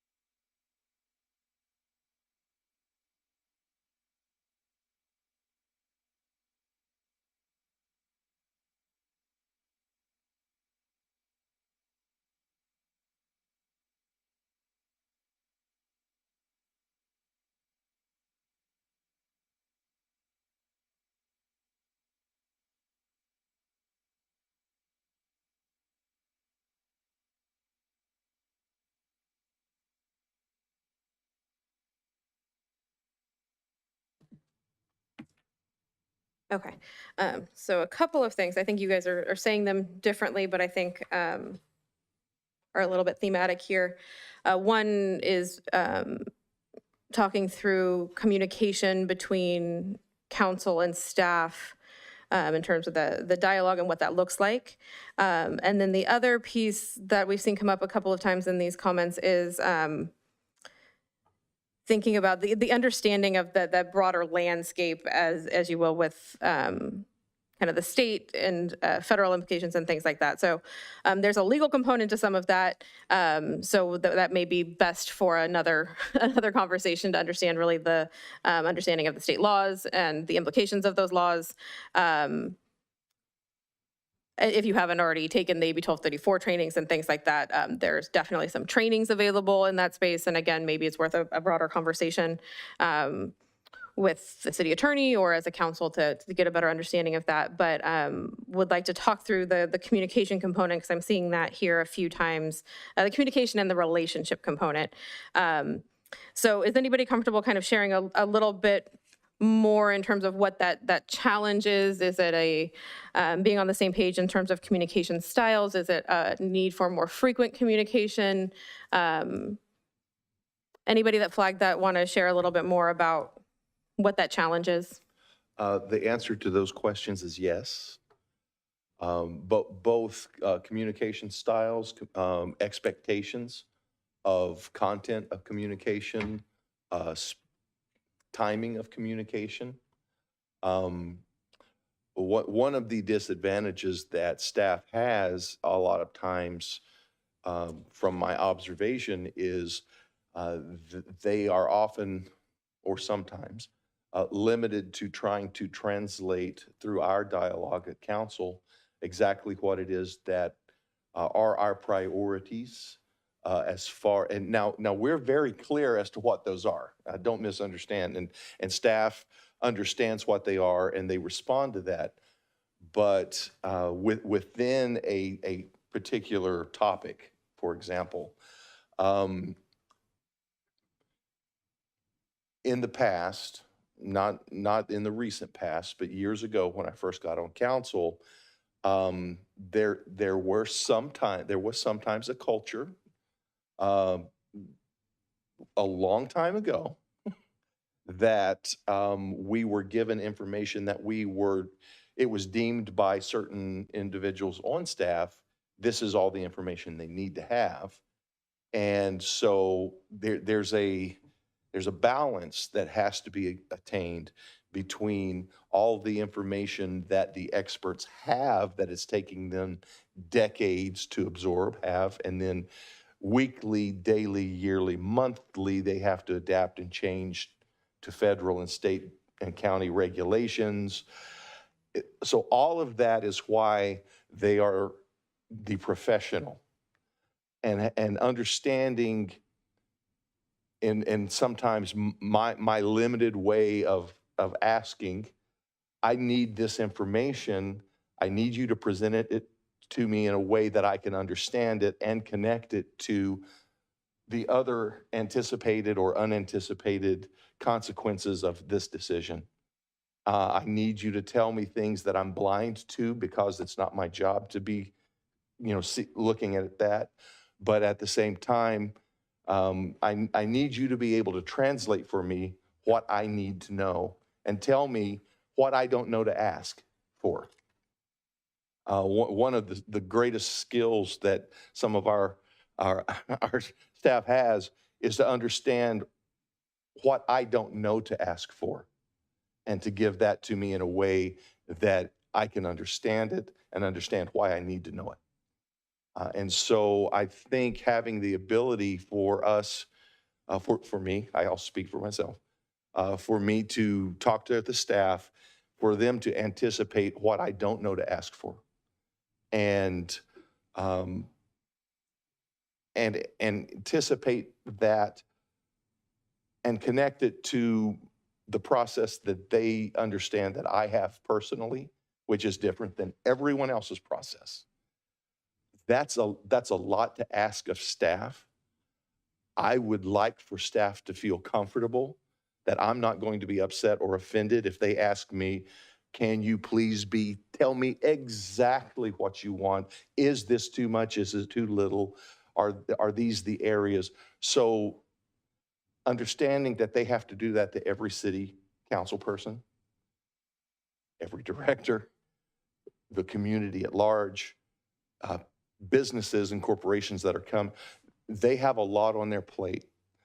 One of my concerns is a frustration that in my professional life, I have concerns with occasionally that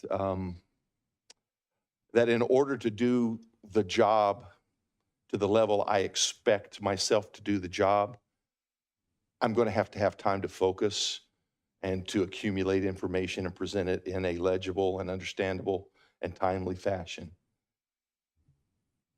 I'm concerned that staff, in an effort to do just that, allows themselves to be slowed down in other vital areas. And so I want staff to be able to let me know this information. I understand you want it, you need it. This is what I'm going to have to set aside in order to focus on this. Is that your priority? And I think making it fair for staff to be able to ask me personally, you've asked for this, you say you need it. You've also asked for this that we're working on. You know, what balance do you want me to use to bring this information to you? I think it would be nice to have a better way for us to do that than we have now.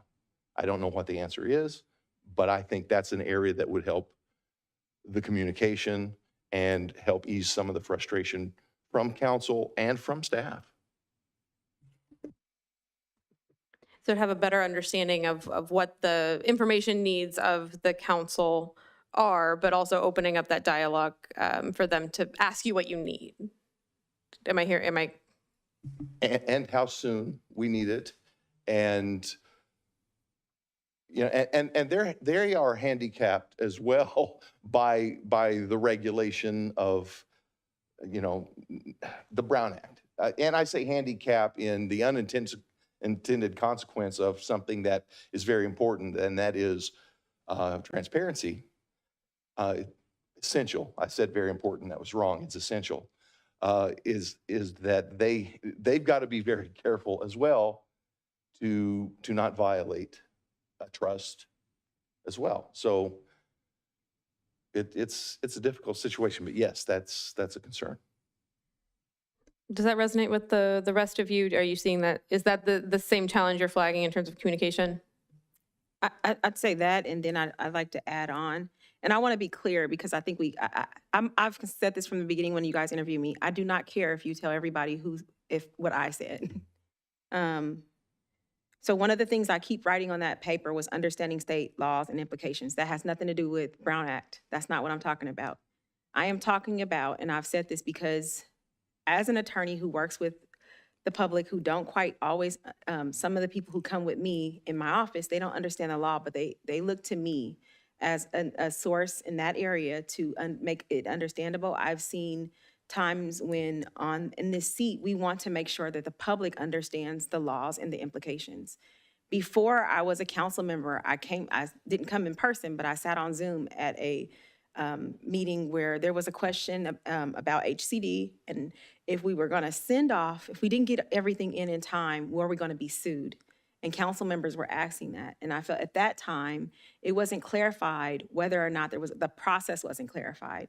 And this is where I'm saying a mutual, where city employees are being clear about what are the process, the procedures, the implications, but also council making sure they have an understanding as well and doing a deep dive to understand. I think a lot of this stuff is not just a one-way street, it is a two-way street. And that council does. Another thing that I've noticed in the breakdown in communication, and I think one of the things that is repulsive about being called a newbie is, yes, we are new to this seat, but we do understand what our functionality is, and we do a deep dive, spending several hours making sure we're thoroughly prepared. It becomes a little insulting when the amount of time we sit on the seat keeps being brought up. But being here earlier on, I have seen things through a different lens. And I have noticed that there are not the celebrations of what council has done and city has done well. There's also not been a thorough visual and auditory projection of what the ask has been and how it's been completed. And I have to say that I've sat here in this seat where there are members of council that say, we asked this, we asked this, we asked this. And then I've seen staff say, but we did it, we did this, we did this. And somewhere in the in-between, those things are not being translated. So to me, what I've noticed is it creates this environment of distrust. I asked you to do something, you didn't do it, or you didn't fully understand the ask, whether I said it with specificity or you failed to ask me for more clarity. So now, when you give me something back, it looks like you're lying to me, or it looks like you're dishonest, when really you're not dishonest. You're not trying to be. There begots the distrust. And so I think if we figured out some type of way where the conversation got a lot better. I don't think there's a dialogue or an issue with communication here because we can't talk, but to one other member on this panel. But I think there is this breakdown between staff, and this is not demonizing staff, and between members of the council that could drastically improve. However, I do like to recognize, because this is not a gripe fest for us to talk about how bad we are. I do want to go back and recognize that we have got through great meetings since I've been here. I've actually sat on other meetings when I wasn't here, and they were very, very effective. One of them I want to bring up before I was here was the PA1 project, when you guys were here all night and you sat back and really nailed down on that. And I was amazed at everyone went line by line by line by line for hours. So while we talk about the things we need to improve, I like to also talk about the things we do good. It is beautiful that the staff have good, that the departments all get along and can communicate and coordinate and work effectively together. I do think we have some of the most talented staff, and I'll say that anywhere in any city, I think we have some really talented staff members here with great skills, great backgrounds, and from what I've experienced, really great integrity, who really care. And when we talk about staff, we have to remember a large number of our staff are residents of the city of Brentwood. They live here, so this is home for them. On the flip side, I do think that our council is very passionate. We care deeply for our city, but I do see that on both ends, there is some type of breakdown in, hey, I asked for this, I didn't get it back. Or I asked for this, I asked for an apple and I got an orange. So now I really don't trust you, because I think you just really wanted me to have that orange. So I think my perspective is, I try not to start off with the people are all conniving, horrible people who have poor intentions until they prove it to me, right? I think what would be best for us is if we figure out a way. One of the things that I would love it is if we can create a system where all of the ask of council, whether it be in a month or in a quarter, are projected somewhere visually, where now we can see the staff say, look, you asked for all these items. This is how I understood it. Now here's what we've gotten done, or here's what needs to continuously, we're still working on. Here's the timeline. Because some of the time is also not realistic. I do agree. It puts the staff at a disadvantage, but it also puts us at a disadvantage if we really need information and we can't get it. The other thing that I think for communication with the public, I really, really think we need to do a better job at how we, on agendas, how we are clear and explaining process, procedure, how we talk about laws, how we talk about policy and code, how we talk about what the ask is from council. I think that needs to be spelled out a little bit clearer, because I really, really hope that we create a space where our residents feel fully informed, where they can click a hyperlink and they got the code right there, or they have the space or the opportunity. One thing I do say is if you email our staff, they get back to you immediately. They have answers for you. Because they're so smart, some of those answers are extremely techie. I think those are some of the ways I think I can add to what our mayor just said. Yeah, so trying to create a mechanism, whether it's that feedback loop or that tracking mechanism, so that you can see what the status is or when they get back to you, and make sure that there's clarity on what the ask was, essentially. So thinking about ways to track that and close that feedback loop, essentially. Just a couple of notes. You mentioned the laws and the procedures in terms of public meetings, and that's not a unique challenge to your city. It's something we've heard kind of across the board in terms of making sure that the community understands when and how to participate. Public meetings have very, very strict rules and laws that govern them, and the general public may not completely understand what that looks like. And so thinking about things like making it more clear on your agendas, or making it more clear at the outset and throughout the meeting in terms of, here's the opportunity for public comment. This is how you can engage. Here's the other ways you can engage. If you have thoughts on X, Y, or Z, we have a survey open on this topic, or we're holding a public workshop on this other topic, and providing other opportunities for folks to engage, instead of just coming and speaking at the microphone for 3 minutes when that may be not the most comfortable thing for them to do. So thinking about how you can encourage that broader participation too, as well as, just completely lost my train of thought.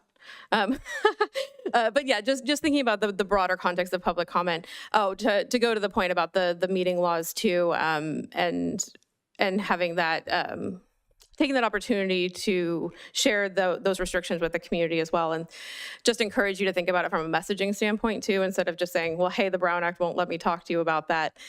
Thinking about the purpose behind the Brown Act, and that it is really a transparency tool, and wanting to have that full conversation and have that full engagement from your community. And if it's not on the agenda, the rest of your residents don't know that that's a conversation that's being had. And so that's why you restrict the conversations to things on the agenda, so that people can come if they want to participate in that. But it's definitely a challenging thing to navigate. So I just wanted to share that as we think about the public.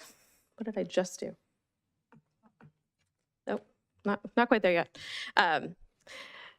Any other thoughts in terms of challenges in communication, or would also love to hear from you all in terms of what ideas do you have? What would make this better? What would make the communication better? So we've heard some suggestions in terms of a tracking mechanism to follow through on requests and keep that on top of mind and status. Thinking about, being able to have staff ask the question back to you in terms of what do you need and what does that priority look like. But other thoughts on ways to improve that communication?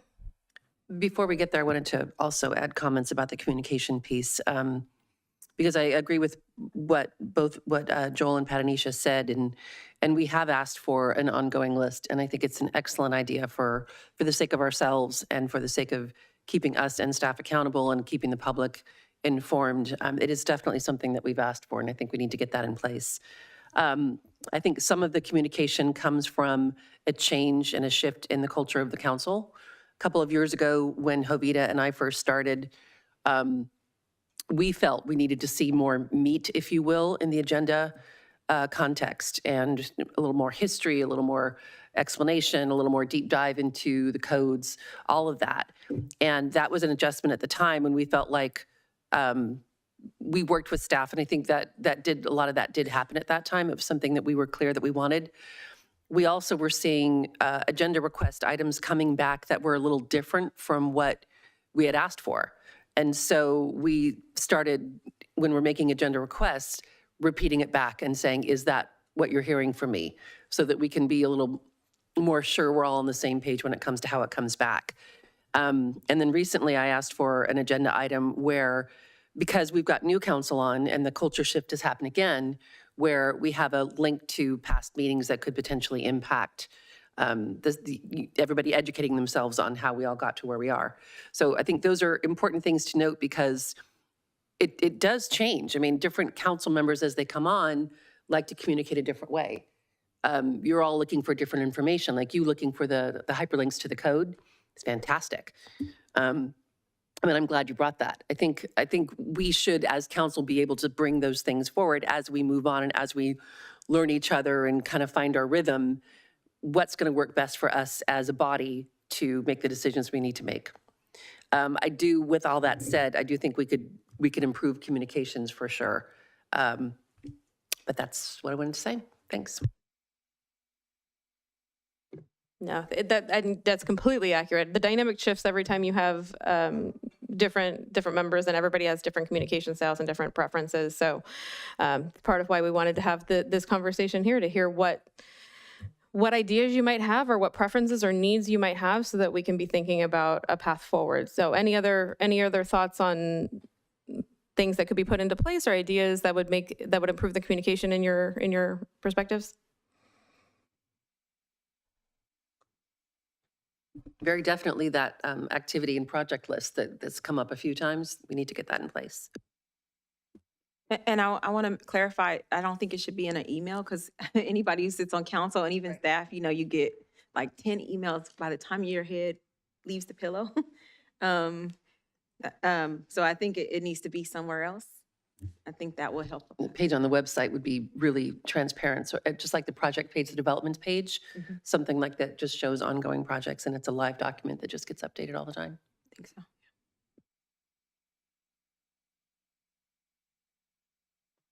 Okay. Appreciate all the thoughts and ideas.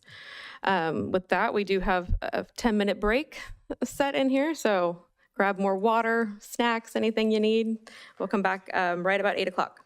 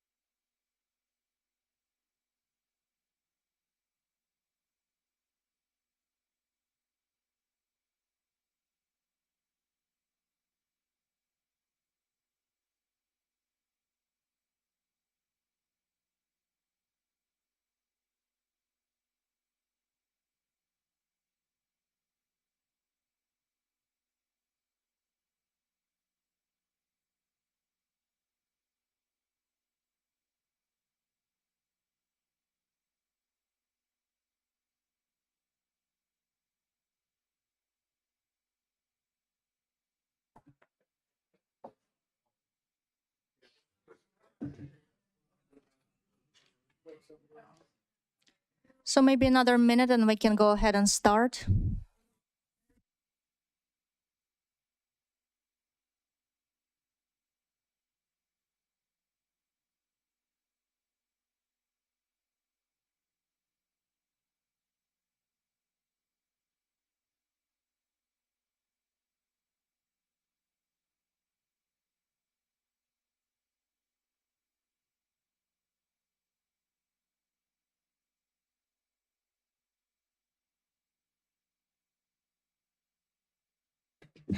Okay. Welcome back. Oh. Perfect. Okay. Do we need to do any kind of formalities to restart the meeting, or are we okay just to keep going? Okay. I got a thumbs up from the mayor. I think that's a green light, right? Perfect. Okay, well, thank you guys for the conversation so far. We are going to jump into a quick conversation around roles and responsibilities. So this has come up already in the context of, again, that clarity around what is the purview of local government versus some of the other levels of government. And so we're just going to talk a little bit about the role of the council, role of you as council members, and the role of staff, just to make sure everybody's on the same page here.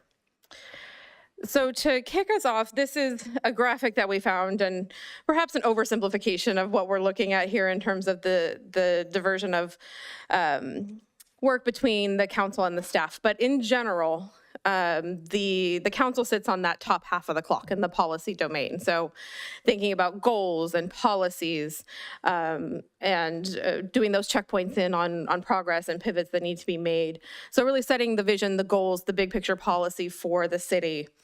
And then staff really lives in the bottom half of that clock in terms of the administrative domain. So thinking about process and operations and regulations and reporting back to you all as council and making those updates on progress towards goals and things like that. So thinking a little bit about the relationship between you all as council and your executive staff.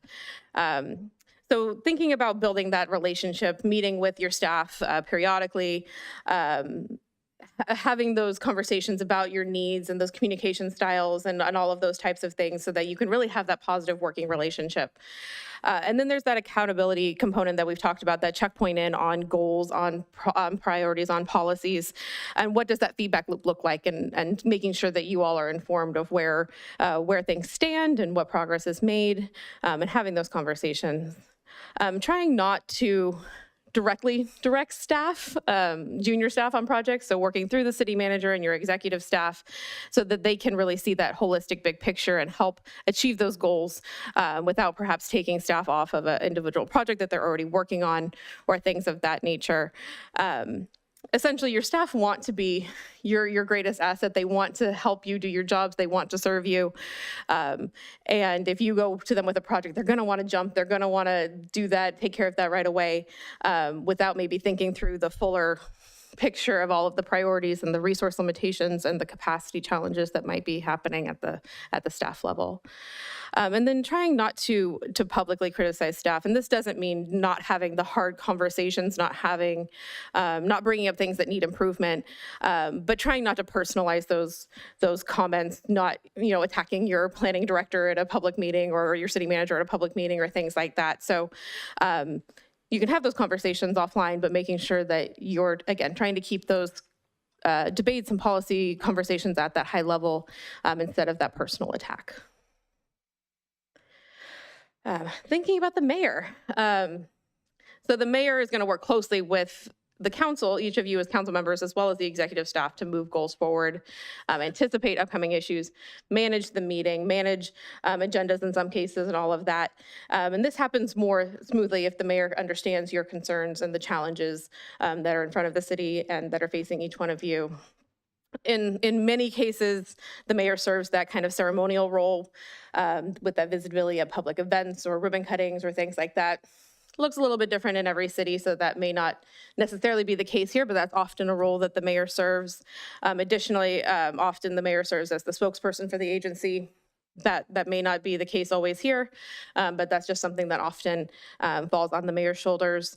But the thing to think about, so as we're talking about the need for the mayor to be informed to help move process forward. The Brown Act does also apply to the mayor. So be aware of that as you're having those conversations, and try not to bring the same policy conversations that he may have had that conversation with other folks, just to make sure you're staying on the right side of the Brown Act. And then thinking about the executive staff and their goals. So these are some of the things that we've heard that often rise to the top here in terms of their goals. Making you all as a council productive and successful, helping each of you individually succeed, meeting the council's goals.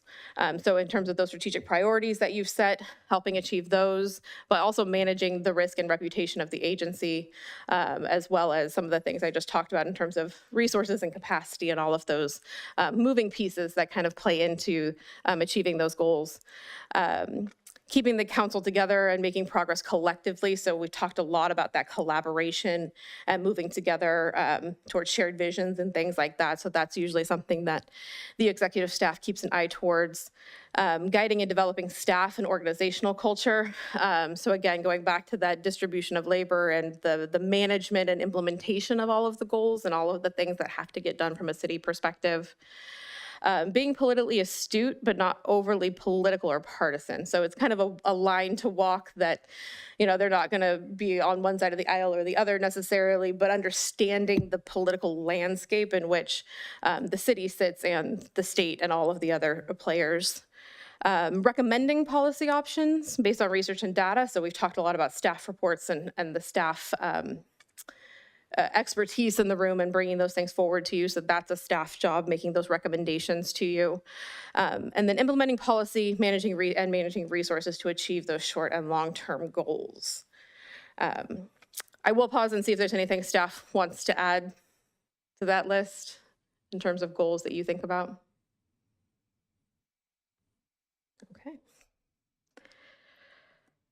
Okay. This is just something that I wanted to share. This comes from ICMA, just to underscore that this is hard work and it's hard to do. So these are some of the things that ICMA has heard from their constituency in terms of what are those challenges to that manager-council form of government and that relationship. So again, why we're having this conversation a little bit is that lack of understanding of role differentiation and trying to figure out what those lanes are. So that's something that they flagged as a potential challenge. Difficult financial conditions and budget restrictions, and also anticipation of a potential recession that's coming. That's going to be a bigger and bigger concern, but managing those financial situations is a challenge. Organizational impact of controversial issues, which there is no lack of, particularly right now. So thinking about, again, how to navigate that with the community and the council.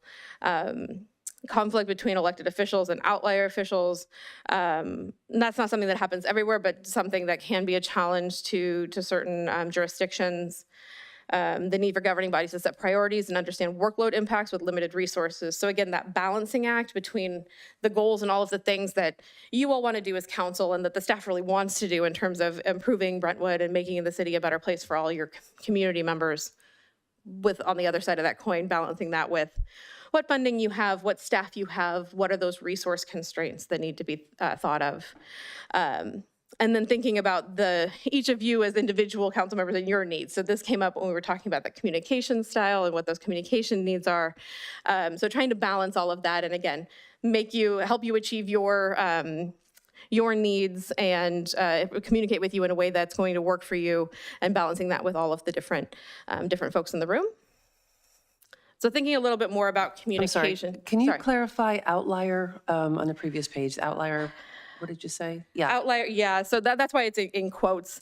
In some jurisdictions, so say there's a 5-member council and it's always a 4-to-1 decision. You have one council member that's never on the same page as the rest of the council. Maybe they ran on a very singular platform and that's the only thing they care about and they aren't contributing to the rest of the. I don't think it's a problem here. It's something that was flagged as the ICMA challenge.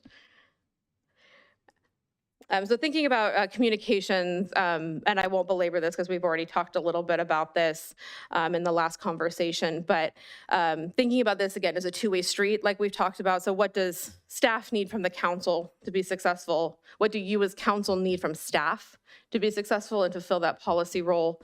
And then thinking about those preferred communication methods and how can we shore all that up? So just want to kind of hear from you a little bit. That was very, very high level overview. But what do you see as your role as an individual council member? What's the role of the council as a whole? And then what is the role of the city manager and staff? Any initial thoughts on that? I feel like my role as an individual council member is to become as educated as possible on what the state laws, rules, regulations are, the county, allow our staff and experts at the state and federal levels to have a comprehensive understanding of the boundaries that I can operate in and educate our residents on the facts that we are working with. Then my job is to listen to their concerns, their opinions, their preferences, and try to marry the information that they don't have and shouldn't be expected to have. I know as a resident, before I was becoming educated on how the government works in this state and everything that's involved, there was information that I just simply didn't know. That when I was educated, I had strong opinions and preferences, and oftentimes I would find out that the things that I wanted the city to do, they weren't legally able to do. It was beyond the purview of city council to accomplish some of the things that were important to me.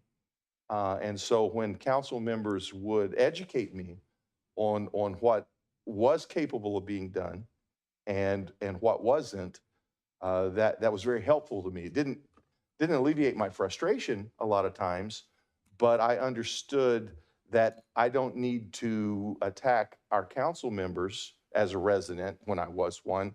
I need to go talk to our supervisor or our senators or council or a Congress or assembly. I needed to go higher up the chain to people that actually could make a change or a difference in that circumstance. So as a council member, it's my job to educate, to listen, and to implement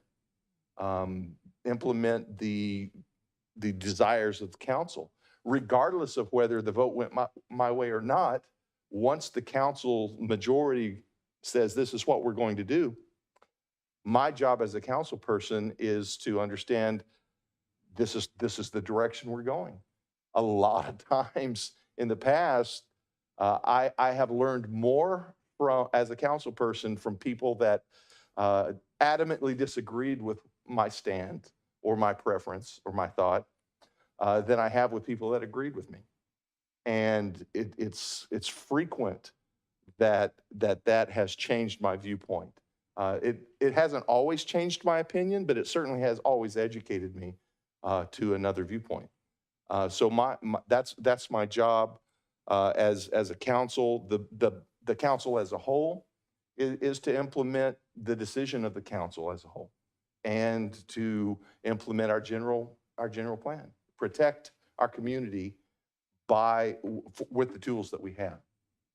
And the role of the city manager and staff, the city manager's role, in my opinion, is to take direction from council, make sure that we have as complete a set of facts to make decisions from that we can possibly have, and educate us on what those consequences are.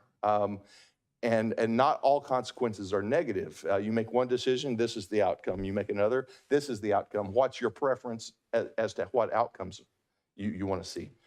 So that's the job of a city manager, as well as to implement direction from council.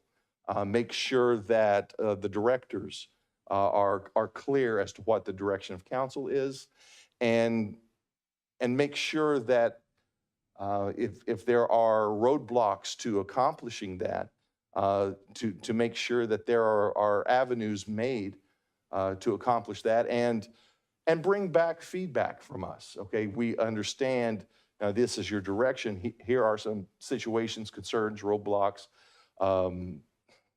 that we're going to have to address.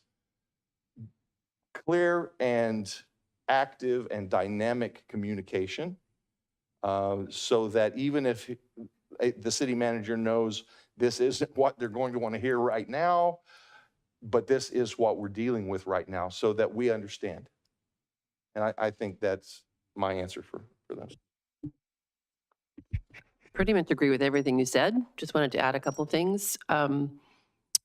One of the biggest things I need to point out as a role of an individual council member is that I can never, ever, ever forget why I'm here, who got me here, what a gift it was to receive the trust of the people that voted for me, and never make a decision without putting that first. That's critical. And then the role of the city manager and staff, I think everything that Joel said, plus I would also say, serve the residents. Like, make sure that if a resident writes in with a question or comes through us and has a question, that the staff and city manager make sure that they're accessible, make sure that they're responsive to residents, because again, we all report to the residents. They are why we're here. I agree with both of you. Exactly what you said as the role of the council and the role as the council member. We are the voice for the people that elected us. That's our job. That's our role. I think we have to voice that here in the council chambers from the dais whenever it's brought up, whether we agree, whether we think it's legal or illegal, and then educate them through this group of people, whether we can do what they're asking for. The final one, the role of the city manager versus the staff, maybe I'm a little bit naive, or I just don't understand. My understanding is the city manager and the city attorney kind of work for us, and everybody else works for them. So then the staff part of this doesn't even belong there.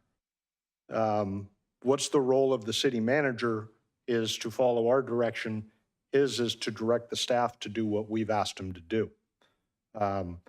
So, I mean, maybe it's just because of the way it seems a little more informal up here sometimes, that we're asking people for things that never went through our city manager. I think that's it. I don't have much to add. I think the only little caveat that wasn't said was, yes, the city manager and staff. I agree with all the other things that were said earlier, so I won't address the first two, but what is the role of the city manager and staff? I think there's a big piece that's missing is, yes, they take direction from council, but they do a lot of stuff just to keep the city going that's outside of the direction of council. Every single one of us have running water. Every single one of us get the garbage picked up on whatever your garbage day is, and city council didn't have to direct the city manager or the staff to do that. There's other things like the wonderful idea that we can come pick up bags and pick up our leaves that fall, and they take care of those things for us. So I think there are things outside of just direction from council that is part of their role, is to really oversee the viability of a city. When all of us go to work or we're sleeping at night or, doing what we do on the weekends, they're still making sure that we have the ability to do that, so.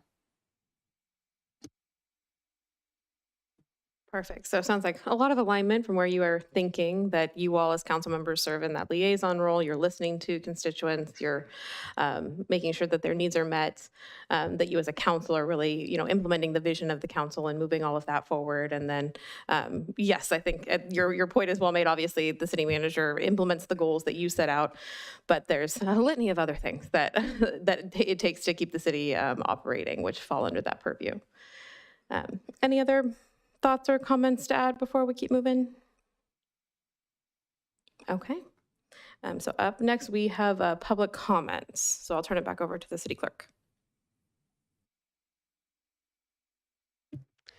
And if I can have you stop sharing for a moment, perfect, thank you. We'll now take public comments in the council chambers, followed by Zoom comments. Will be limited to 3 minutes. The speakers will be muted when their timer has expired. If you're in person, please file a speaker card. If you're participating via Zoom, please raise your hand using the raise your hand feature. I have one speaker card. Danny Dorman.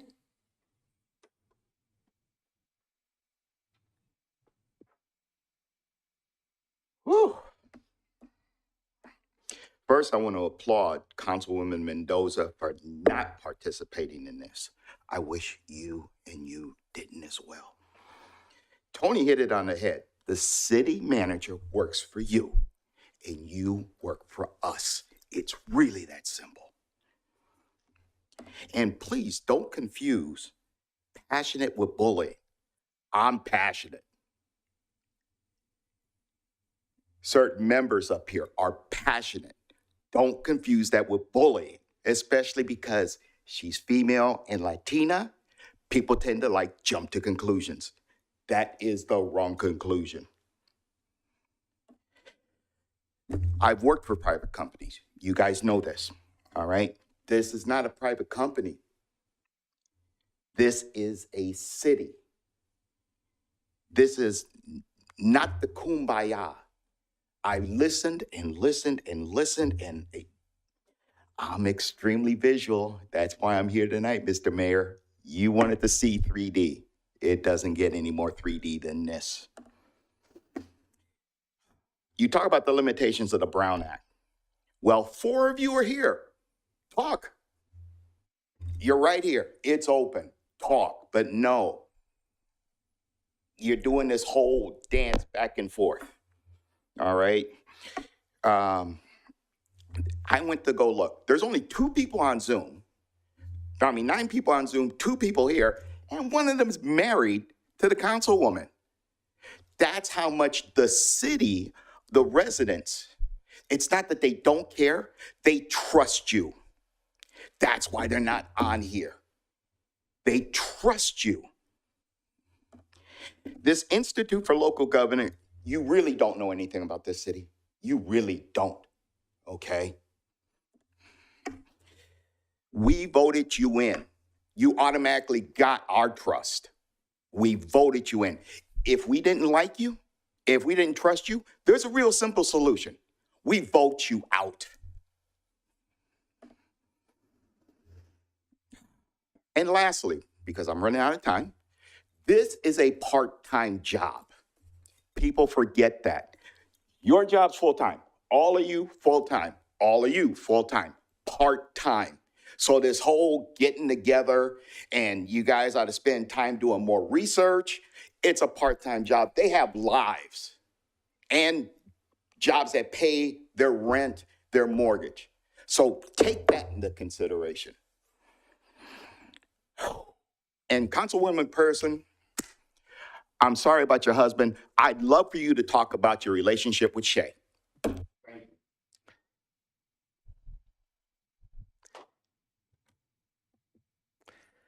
I have no additional speaker cards in the chambers. I do have one hand raised in Zoom, and I'll call on Cinziana Todor. Cinziana, go ahead. Thank you so much, Margaret. And I'm sorry you have to be here tonight and spend taxpayers' money along with all city staff. And Patricia Pearson, please stand up, keep your head up, because that's not a very professional stance. Oh yeah, you keep doing that. Anyway, these cities, seriously, got its priorities wrong. Period. You are here at the meeting about ethics when this meeting was triggered and founded on lies from city manager who should have been fired long time ago, because he really thinks he's driving the city. He doesn't understand, as a public servant and as a public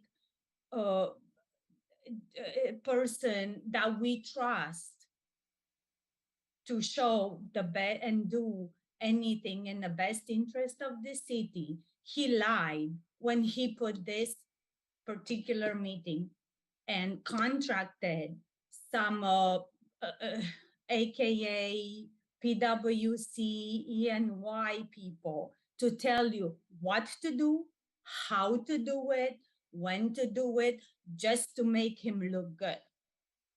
You fell for it. I'm really, really sorry you're there.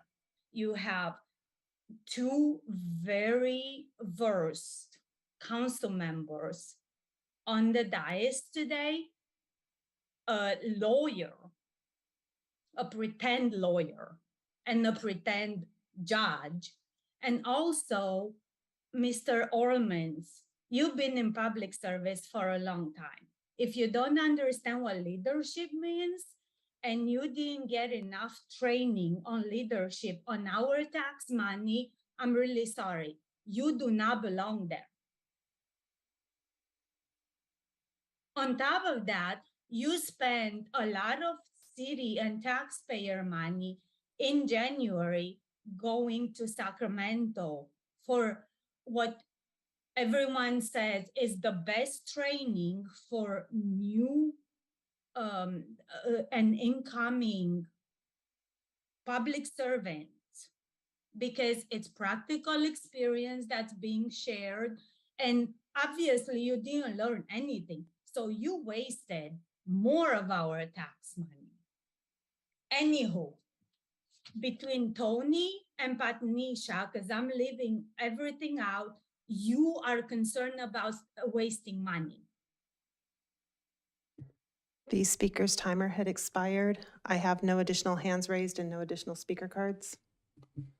Thank you. At this time, we'll close public comments.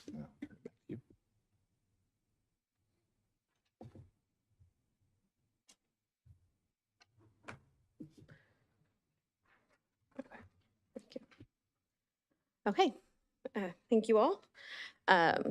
So we want to move in to talk through some of the tools and policies that are available to you to have in your toolbox as you guys work through all of this. So just another quote that we wanted to share with you. Governance is a system by which an organization is directed, overseen, and held accountable for achieving its defined purpose. So that's what we're going to dig into now, just thinking about what are those tools that can help you do this, help you with this governance and this leadership responsibility that you have been given by your community. So this comes from the United Nations. These are the things that they share as their principles of good governance. I think a lot of these resonate with all of you. We've talked about a lot of them already in terms of participation, the rule of law, transparency, responsiveness, consensus-oriented, equity and inclusiveness, effectiveness and efficiency, and accountability. So again, some of the tools we're going to talk about will help you achieve those goals, but we just wanted to give this as kind of the starting point for the conversation around what those tools could look like. So we're going to talk about each one of these in a little bit more detail, but these are some of the things that we've seen put in place for cities across the state: team building and priority setting, governance handbooks, self-evaluation, study sessions, continuing education, and then that commitment to equity, civility, and authentic public engagement.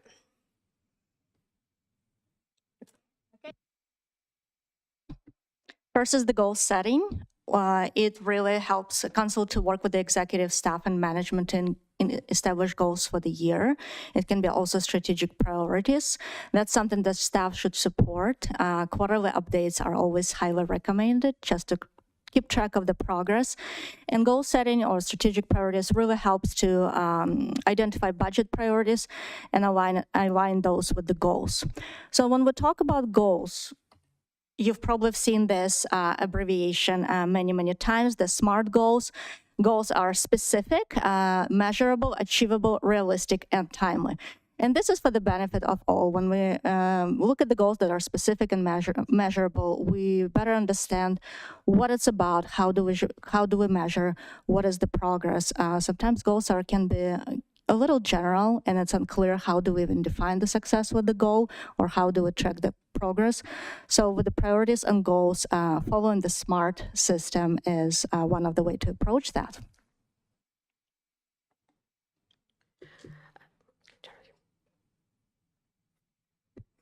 Yeah, trying to not have feedback. So something else to think about is a broader governance handbook. And we're going to talk about some of the policies you already have in place. So you definitely have pieces of this, but some jurisdictions will put all of their policies together into a governance handbook or something of that nature that really talks through all of the different pieces. So would include a code of conduct, would include an ethics policy or any policies related to meeting procedures or all of those types of things. So just another tool that can be helpful. It can be used in orientation processes, can be used just as a checkpoint in terms of if you have a question on X, Y, or Z, having that manual or that handbook to refer back to as you go throughout your tenure.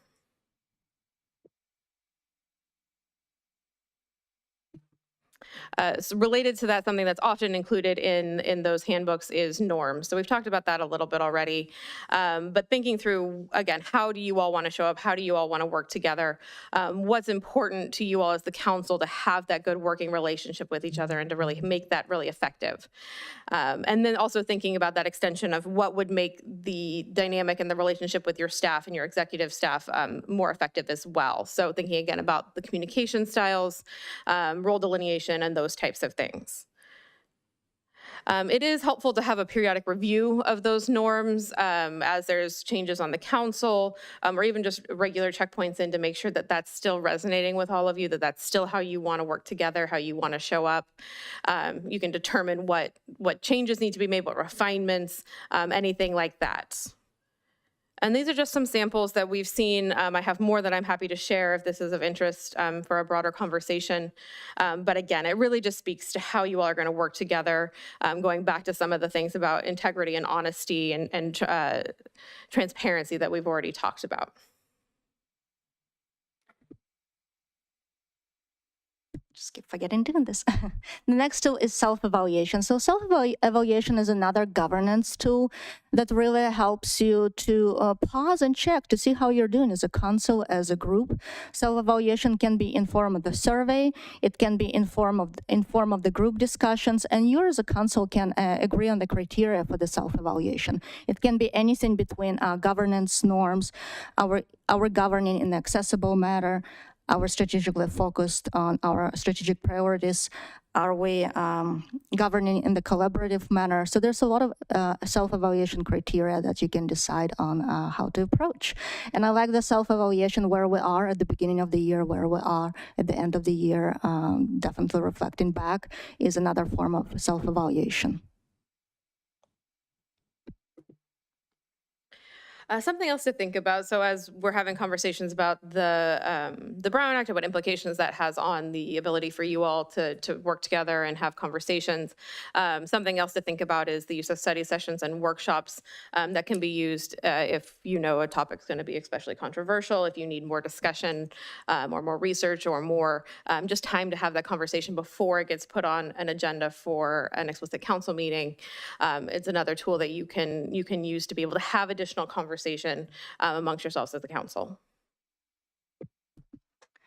Another tool is continuing learning and professional development. I think we can relate to all of us can relate to this goal. Continuing learning is incredibly important. So the resources that are available for you are from CalCities, ICMA, our organization. We serve local governments, and we put out a lot of resources, webinars, conferences that offer that peer-to-peer exchange and continuing learning and development opportunities. And there's a lot outside of this list. There's associations for pretty much every professional seat around this room that offers training and things like that. And we'll share some additional resources with you towards the end of today, but just wanted to flag this as some of the resources available to you all as council members.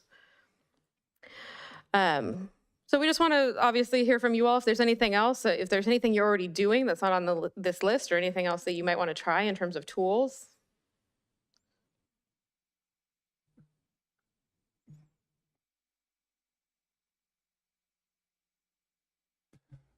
I think we're already doing all of these things.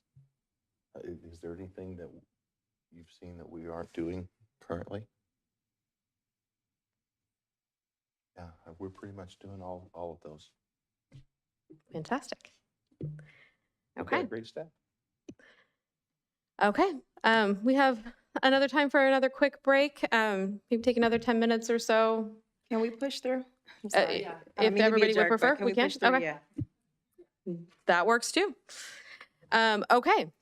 So next up, we're going to talk through some of your policies and procedures. So I'm going to turn it over to Damien to give a quick overview of kind of where you are in this process, because I know this is part of a longer conversation that you all are having on some of these policies.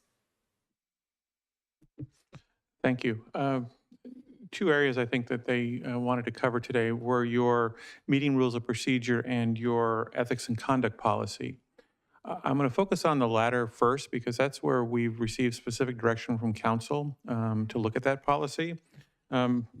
If you, I guess, Councilmember, Vice Mayor Meyer and the mayor will recall that on October 11th, the council authorized staff to spend time and resources to look at updating our ethics and conduct, the council's ethics and conduct policy. Specifically, that focus was going to be looking at the policies of other cities to see how ours compared to those cities. In addition, looking at those cities that have recently updated their policies, as well as those that have had to deal with some challenges on ethical issues, and to look at those. And then finally, to review the council options regarding state and federal law violations, and whether or not the council could look into those of their members' alleged violations, and then proceed under those rules. And then once all that's done, to hold a workshop for the council and public to determine if there should be changes to your ethics and conduct policy. So the assistant city manager and I have been working, have reached out to an expert on California ethics laws, and she's preliminarily analyzed our policy and has provided some initial thoughts to us. And we're going to be coming back to you at a future meeting, probably either at the end of this month or next month, to go over her recommendations, as well as an estimate of what it might take to go further and start to really dive into some of these other policies that are out there and see what the council wants to do at that time. And so we will be back before you at that point. With regard to the issue of violations of state and federal law, as I indicated at that meeting in October, I brought on outside counsel, and they're looking into those issues, and we'll be preparing some analysis on that. I'll be bringing that to the council under a separate memo on what your options are with that. So that's the ethics and conduct policy, where we are with that. With regard to the meeting rules and procedure policy, at this point, there's no specific changes being undertaken by staff for that policy. This is the policy that you use to provide guidelines for your meetings and how they operate, how things are put on the agenda, things of that sort.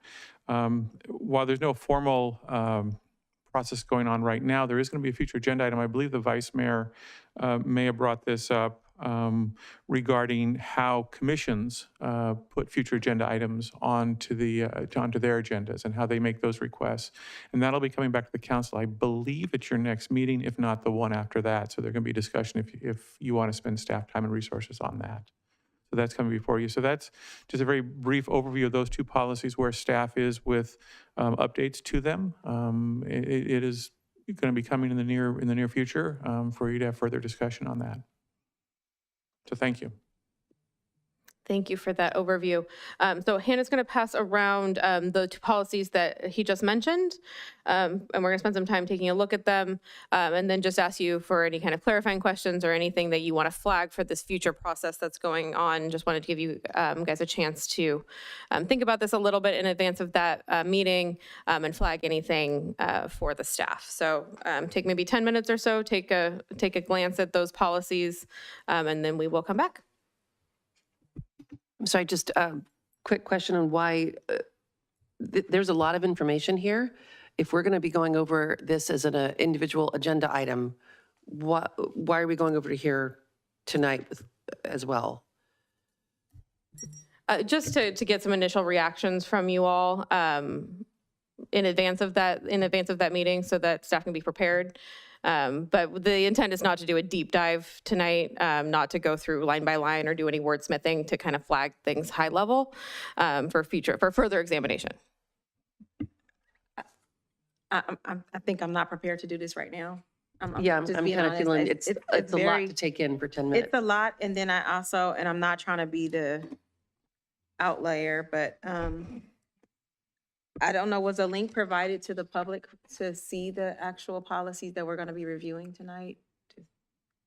Because if it wasn't, I don't feel comfortable going over this. Also, I think this takes a deeper dive that we usually get in an agenda to take a look at, to kind of discuss and figure out what things we have issues with that I just don't think we have like 30 minutes or what, 25 minutes. So I'm not comfortable working on this part of the agenda right now. I think I need more time. I would agree with that. I can't answer the question on if it went out ahead of time, but I definitely hear you in terms of wanting more time to prepare for that conversation. So if other council members have any initial comments, we can take those down now. If not, obviously you heard the process that there's going to be more conversation to be had here. Yeah, I'll just jump in a little bit. In talking with ILG in preparation for this meeting, one of the things we discovered is that a lot of cities don't even have these policies in place. And so this is in their template, an opportunity to create some of those policies or start working on concepts that could be developed into policies. Since we have those existing policies, and as Damien outlined, we are coming back to touch on both over the next 2 to 3 meetings. But if there's anything else that just jumps out at you, again, if we don't have time tonight, that's fine. If there's anything else that jumps out at you that we should be looking at or considering in future agenda items for future policies to look at amending or revising or clarifying, I think that was the intent of what ILG was looking for tonight. And if there's nothing to discuss, we can certainly move on in the presentation. I just want to make sure that these attachments also go to Councilmember Mendoza. Thanks. And then I'll just share, we did add these to the City Council webpage. So now the public has complete transparency and access to these 2 policies that tend to be the ones that govern most of what the council's actions are. And so those are now available to the public. Those have previously not been posted on a website until probably a month ago. Well, I'm not trying to be negative, but I do think I would like more time to dig into this and really have the opportunity to review line by line everything. And I don't want my silence to represent that I don't have any suggestions right now. I just don't have any suggestions right now.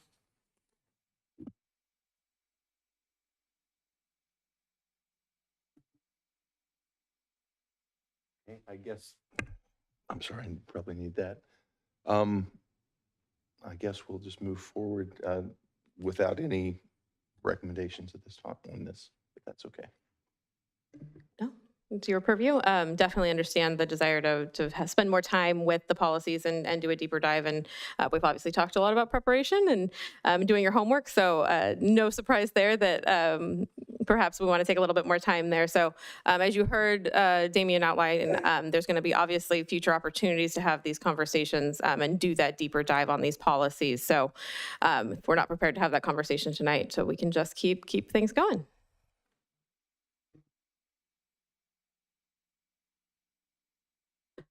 Okay.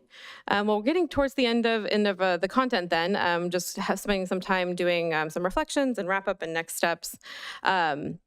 So we have another worksheet we're going to pass out to you. I'm going to give this to Hannah. This one requires no preparation. I promise. I promise.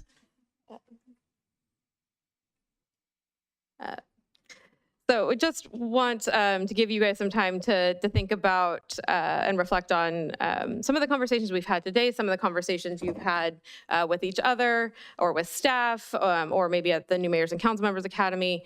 So just thinking about moving forward, how you're going to work together as a council. Are there any things that you will flag that you want to start doing, anything that you might stop doing, and anything that you're going to continue to do? So we'll give you guys some time to think through that and jot down some thoughts.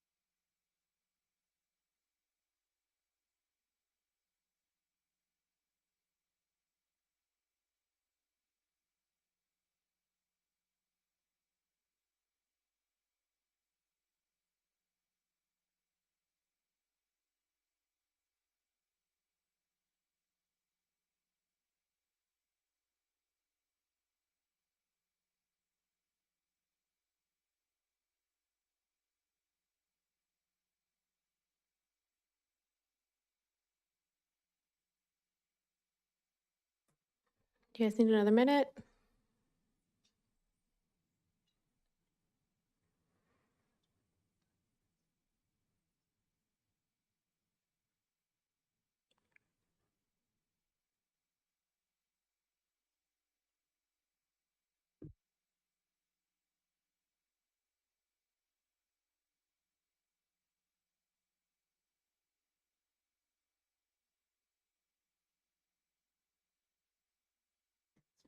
Okay. Anybody want to share anything that they jotted down? The question, what will I start doing? I believe in doing things that are great ideas, and something that has been mentioned by several people is have more public meeting opportunities on a regular basis with the community. I don't have a cool name like like Coffee with Karen or Jam with Joel. But I think it's an outstanding idea to just have a fairly regular opportunity for the community just to touch bases with you on a fairly, and a more informal way. What will I stop doing? I don't know that I will stop doing anything. And what will I continue to do? The same thing that, I'm doing. I'll continue to do my best to, fulfill, the direction of council and represent our community and listen. And I think another thing I will do more of is meet with our state representatives more often as I'm able to see what their priorities are and which ones align with what our priorities are, so that we can have that connection and have them view us as a resource to accomplish at a state level what they want, but at a local level what we want. I would say I had those same thoughts about doing some kind of a chat thing, and I think that's a fantastic idea, but reality stepped in and I never got around to it. I mean, to be fair, part of it was because we started during COVID, but I always felt like as soon as COVID was over, I'd be out there doing that stuff, and I just can't even imagine when that gets squeezed in, but I do love the idea. What I didn't put anything about stopping or anything else to start, but what I did say for continuing to prioritize the needs of residents, do my homework and research, push for accessibility, transparency, and ethics at all levels, question things that need to be questioned, and explore ways we can raise the voices of our residents and our local issues on a larger, broader scale, looking for opportunities to advocate.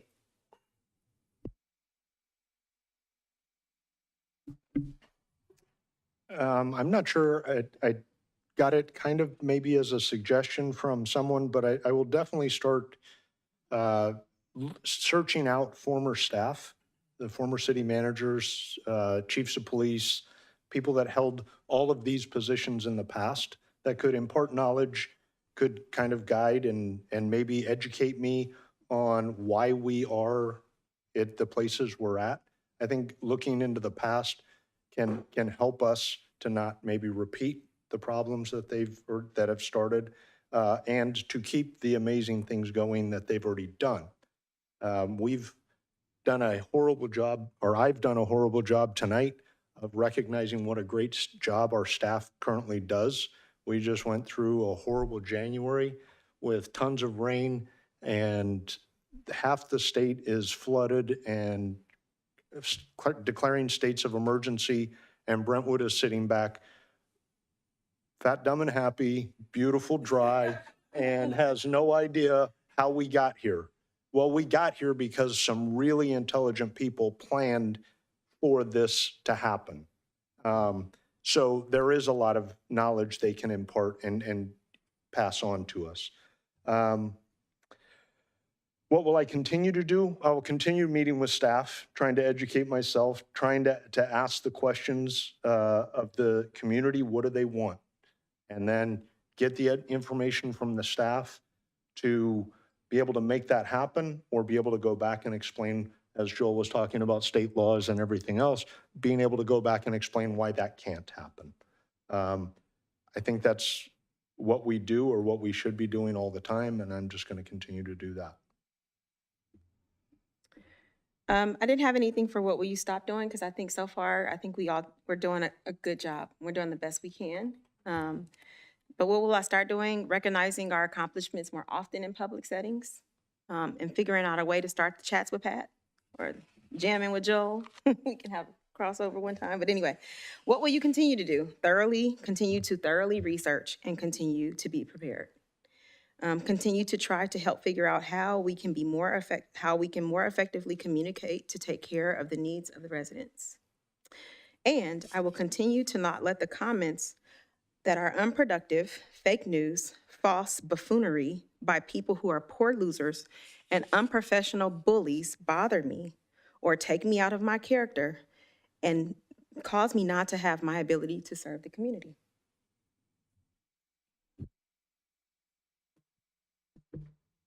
Perfect. Thank you all for sharing. Really appreciate your thoughts and your reflections on this conversation and the conversations I know you've had with staff and at other trainings and conferences and things like that. So really appreciate that. Obviously a lot of common themes there too, and just continuing to serve your community, continuing to engage with your community. One of the things I'm taking away is that if I ever need to name something very catchy, I'm going to go to Councilmember Pearson because she's much better at that than I am, but I love it. But thank you guys for sharing and for thinking about that a little bit as we wrap up today. Okay, so just in closing, anything else you guys want to share, a takeaway from today's conversation, from conversations with staff or with other fellow colleagues, just anything you're taking away or dissimilar from what we just chatted about? One of the things I'm taking away is how much all of us have very similar priorities, which is great news. But also, it always is amazing to me. Every single person has such unique abilities to approach the same problems from completely different viewpoints and skill sets to help move a solution forward. And just listening to the conversations and comments from my fellow council members just encourages me that, you know, as a council, we can get a lot of really great things done. I agree.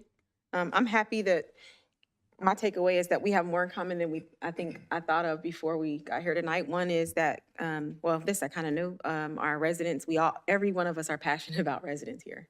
We're passionate about how we serve. Every one of us believe in the coming prepared and researching.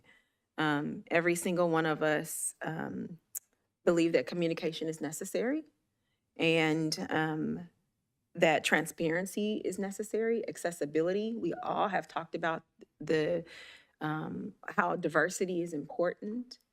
So I love that. I like that we have those things in common, and we've all said we don't have to agree. We don't have to agree on the same items. So I do love that. And I think there is a common consensus that there's a difference between, it's okay to be passionate. It's just bringing up that issue of civility or argument is healthy. So dialogue is healthy. So I like that.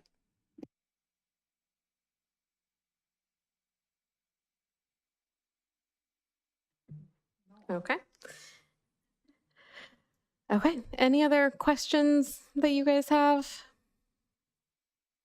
No, but I'd like to say thank you. Thank you to you both. I appreciate it. I want to say thank you to all of you all for participating and being candid and sharing all of your thoughts and opinions. And I completely agree with the comments that Councilmember Pearson shared in terms of all of the things you have in common and the way you approach this and your willingness to do the hard work for the community. So I just want to say appreciate you all for being here. Yes, thank you. You were candid. You were had open mind. You came with open mind. You participated in the discussion. You shared thank you for that. And I think through the sharing and through the conversations and having that space to talk to each other, perhaps about the topics that we don't talk about often, we were discovering a lot of things in common. That love for the community, that passion to make the city better for the community, there's definitely a lot in common. And then we identified that team building is not what in traditional sense is impossible, but there's definitely ways to connect with each other. Just a couple of quick other things. One quote we wanted to leave you with is, there are no problems we can't solve together and very few that we can solve by ourselves. So that's a Lyndon Johnson quote, but I think it speaks to all of the things that are in front of you as a council and facing the city right now, and that how that collaborative sense that you all have and that willingness to work together will really serve leaps and bounds for you as you move forward as a council. These are some additional resources we wanted to share with you. Cal Cities, ICMA, some of our resources. We've got some links to these that we're happy to share, and things to think about as you approach this work. If you aren't already, definitely join our network social media newsletter. We share a lot of things from the league, Cal Cities, I'm still making that transition, as well as other resources available to you all as local leaders. One more reminder that we will see you next month at the Planning Commissioner Workshop, and then that's our contact information in case you need to reach out to us. But that's all we've got, unless there's any closing remarks from the mayor or staff. Yes, if I may, and just one clarification on that, March 21st, the Planning Commission will receive the bulk of the training for the first 3 hours, and then at 7 p.m. will be the joint session with the City Council, as had been previously requested, to make sure that you, as a council and the Planning Commission, are all on the same page, and with new members on both bodies, getting to come together in a joint fashion to share in your highlights and priorities from the joint training that you both will have received. I just want to express my gratitude. This was a challenging meeting to get scheduled, and appreciate your time. I know with another meeting coming next Tuesday, a week from today, all the more appreciative that you were able to dedicate the time tonight to be open, to learn, to share, and to work with us. I think I share without any doubt, all of our staff here are equally committed to doing your vision, your goals, your priorities as best we can. One of the challenges we sometimes face is we hear requests that are sometimes in a circle, and we try to fit things in a square, and it's that disconnect that we have to continue to teamwork, build on, to work through, because we absolutely want to accomplish your goals and your visions. And we're proud to do it. We are better in Brentwood. It's a beautiful city. You got to hear some of our likes about Brentwood. There's many more we could list. We love living here, love working here, and love serving with you, this great community that we're all in it together on. So appreciate your attendance tonight. Thank you. I do want to thank ILG and staff, both for being here. One of the things that I know this is your job, but you also sacrifice a significant part of your lives away from your families to make sure that we continue to be the great city that we are, community that we are. And I appreciate you. I know council appreciates the hard work and the excellence that you bring to the job. So thank you very much. If there is no further council discussion, yes, Vice Mayor. You got it. Move for adjournment. I second that. Okay, we have a first and a second. All in favor, say aye. Aye. Opposed? We are adjourned. Thank you.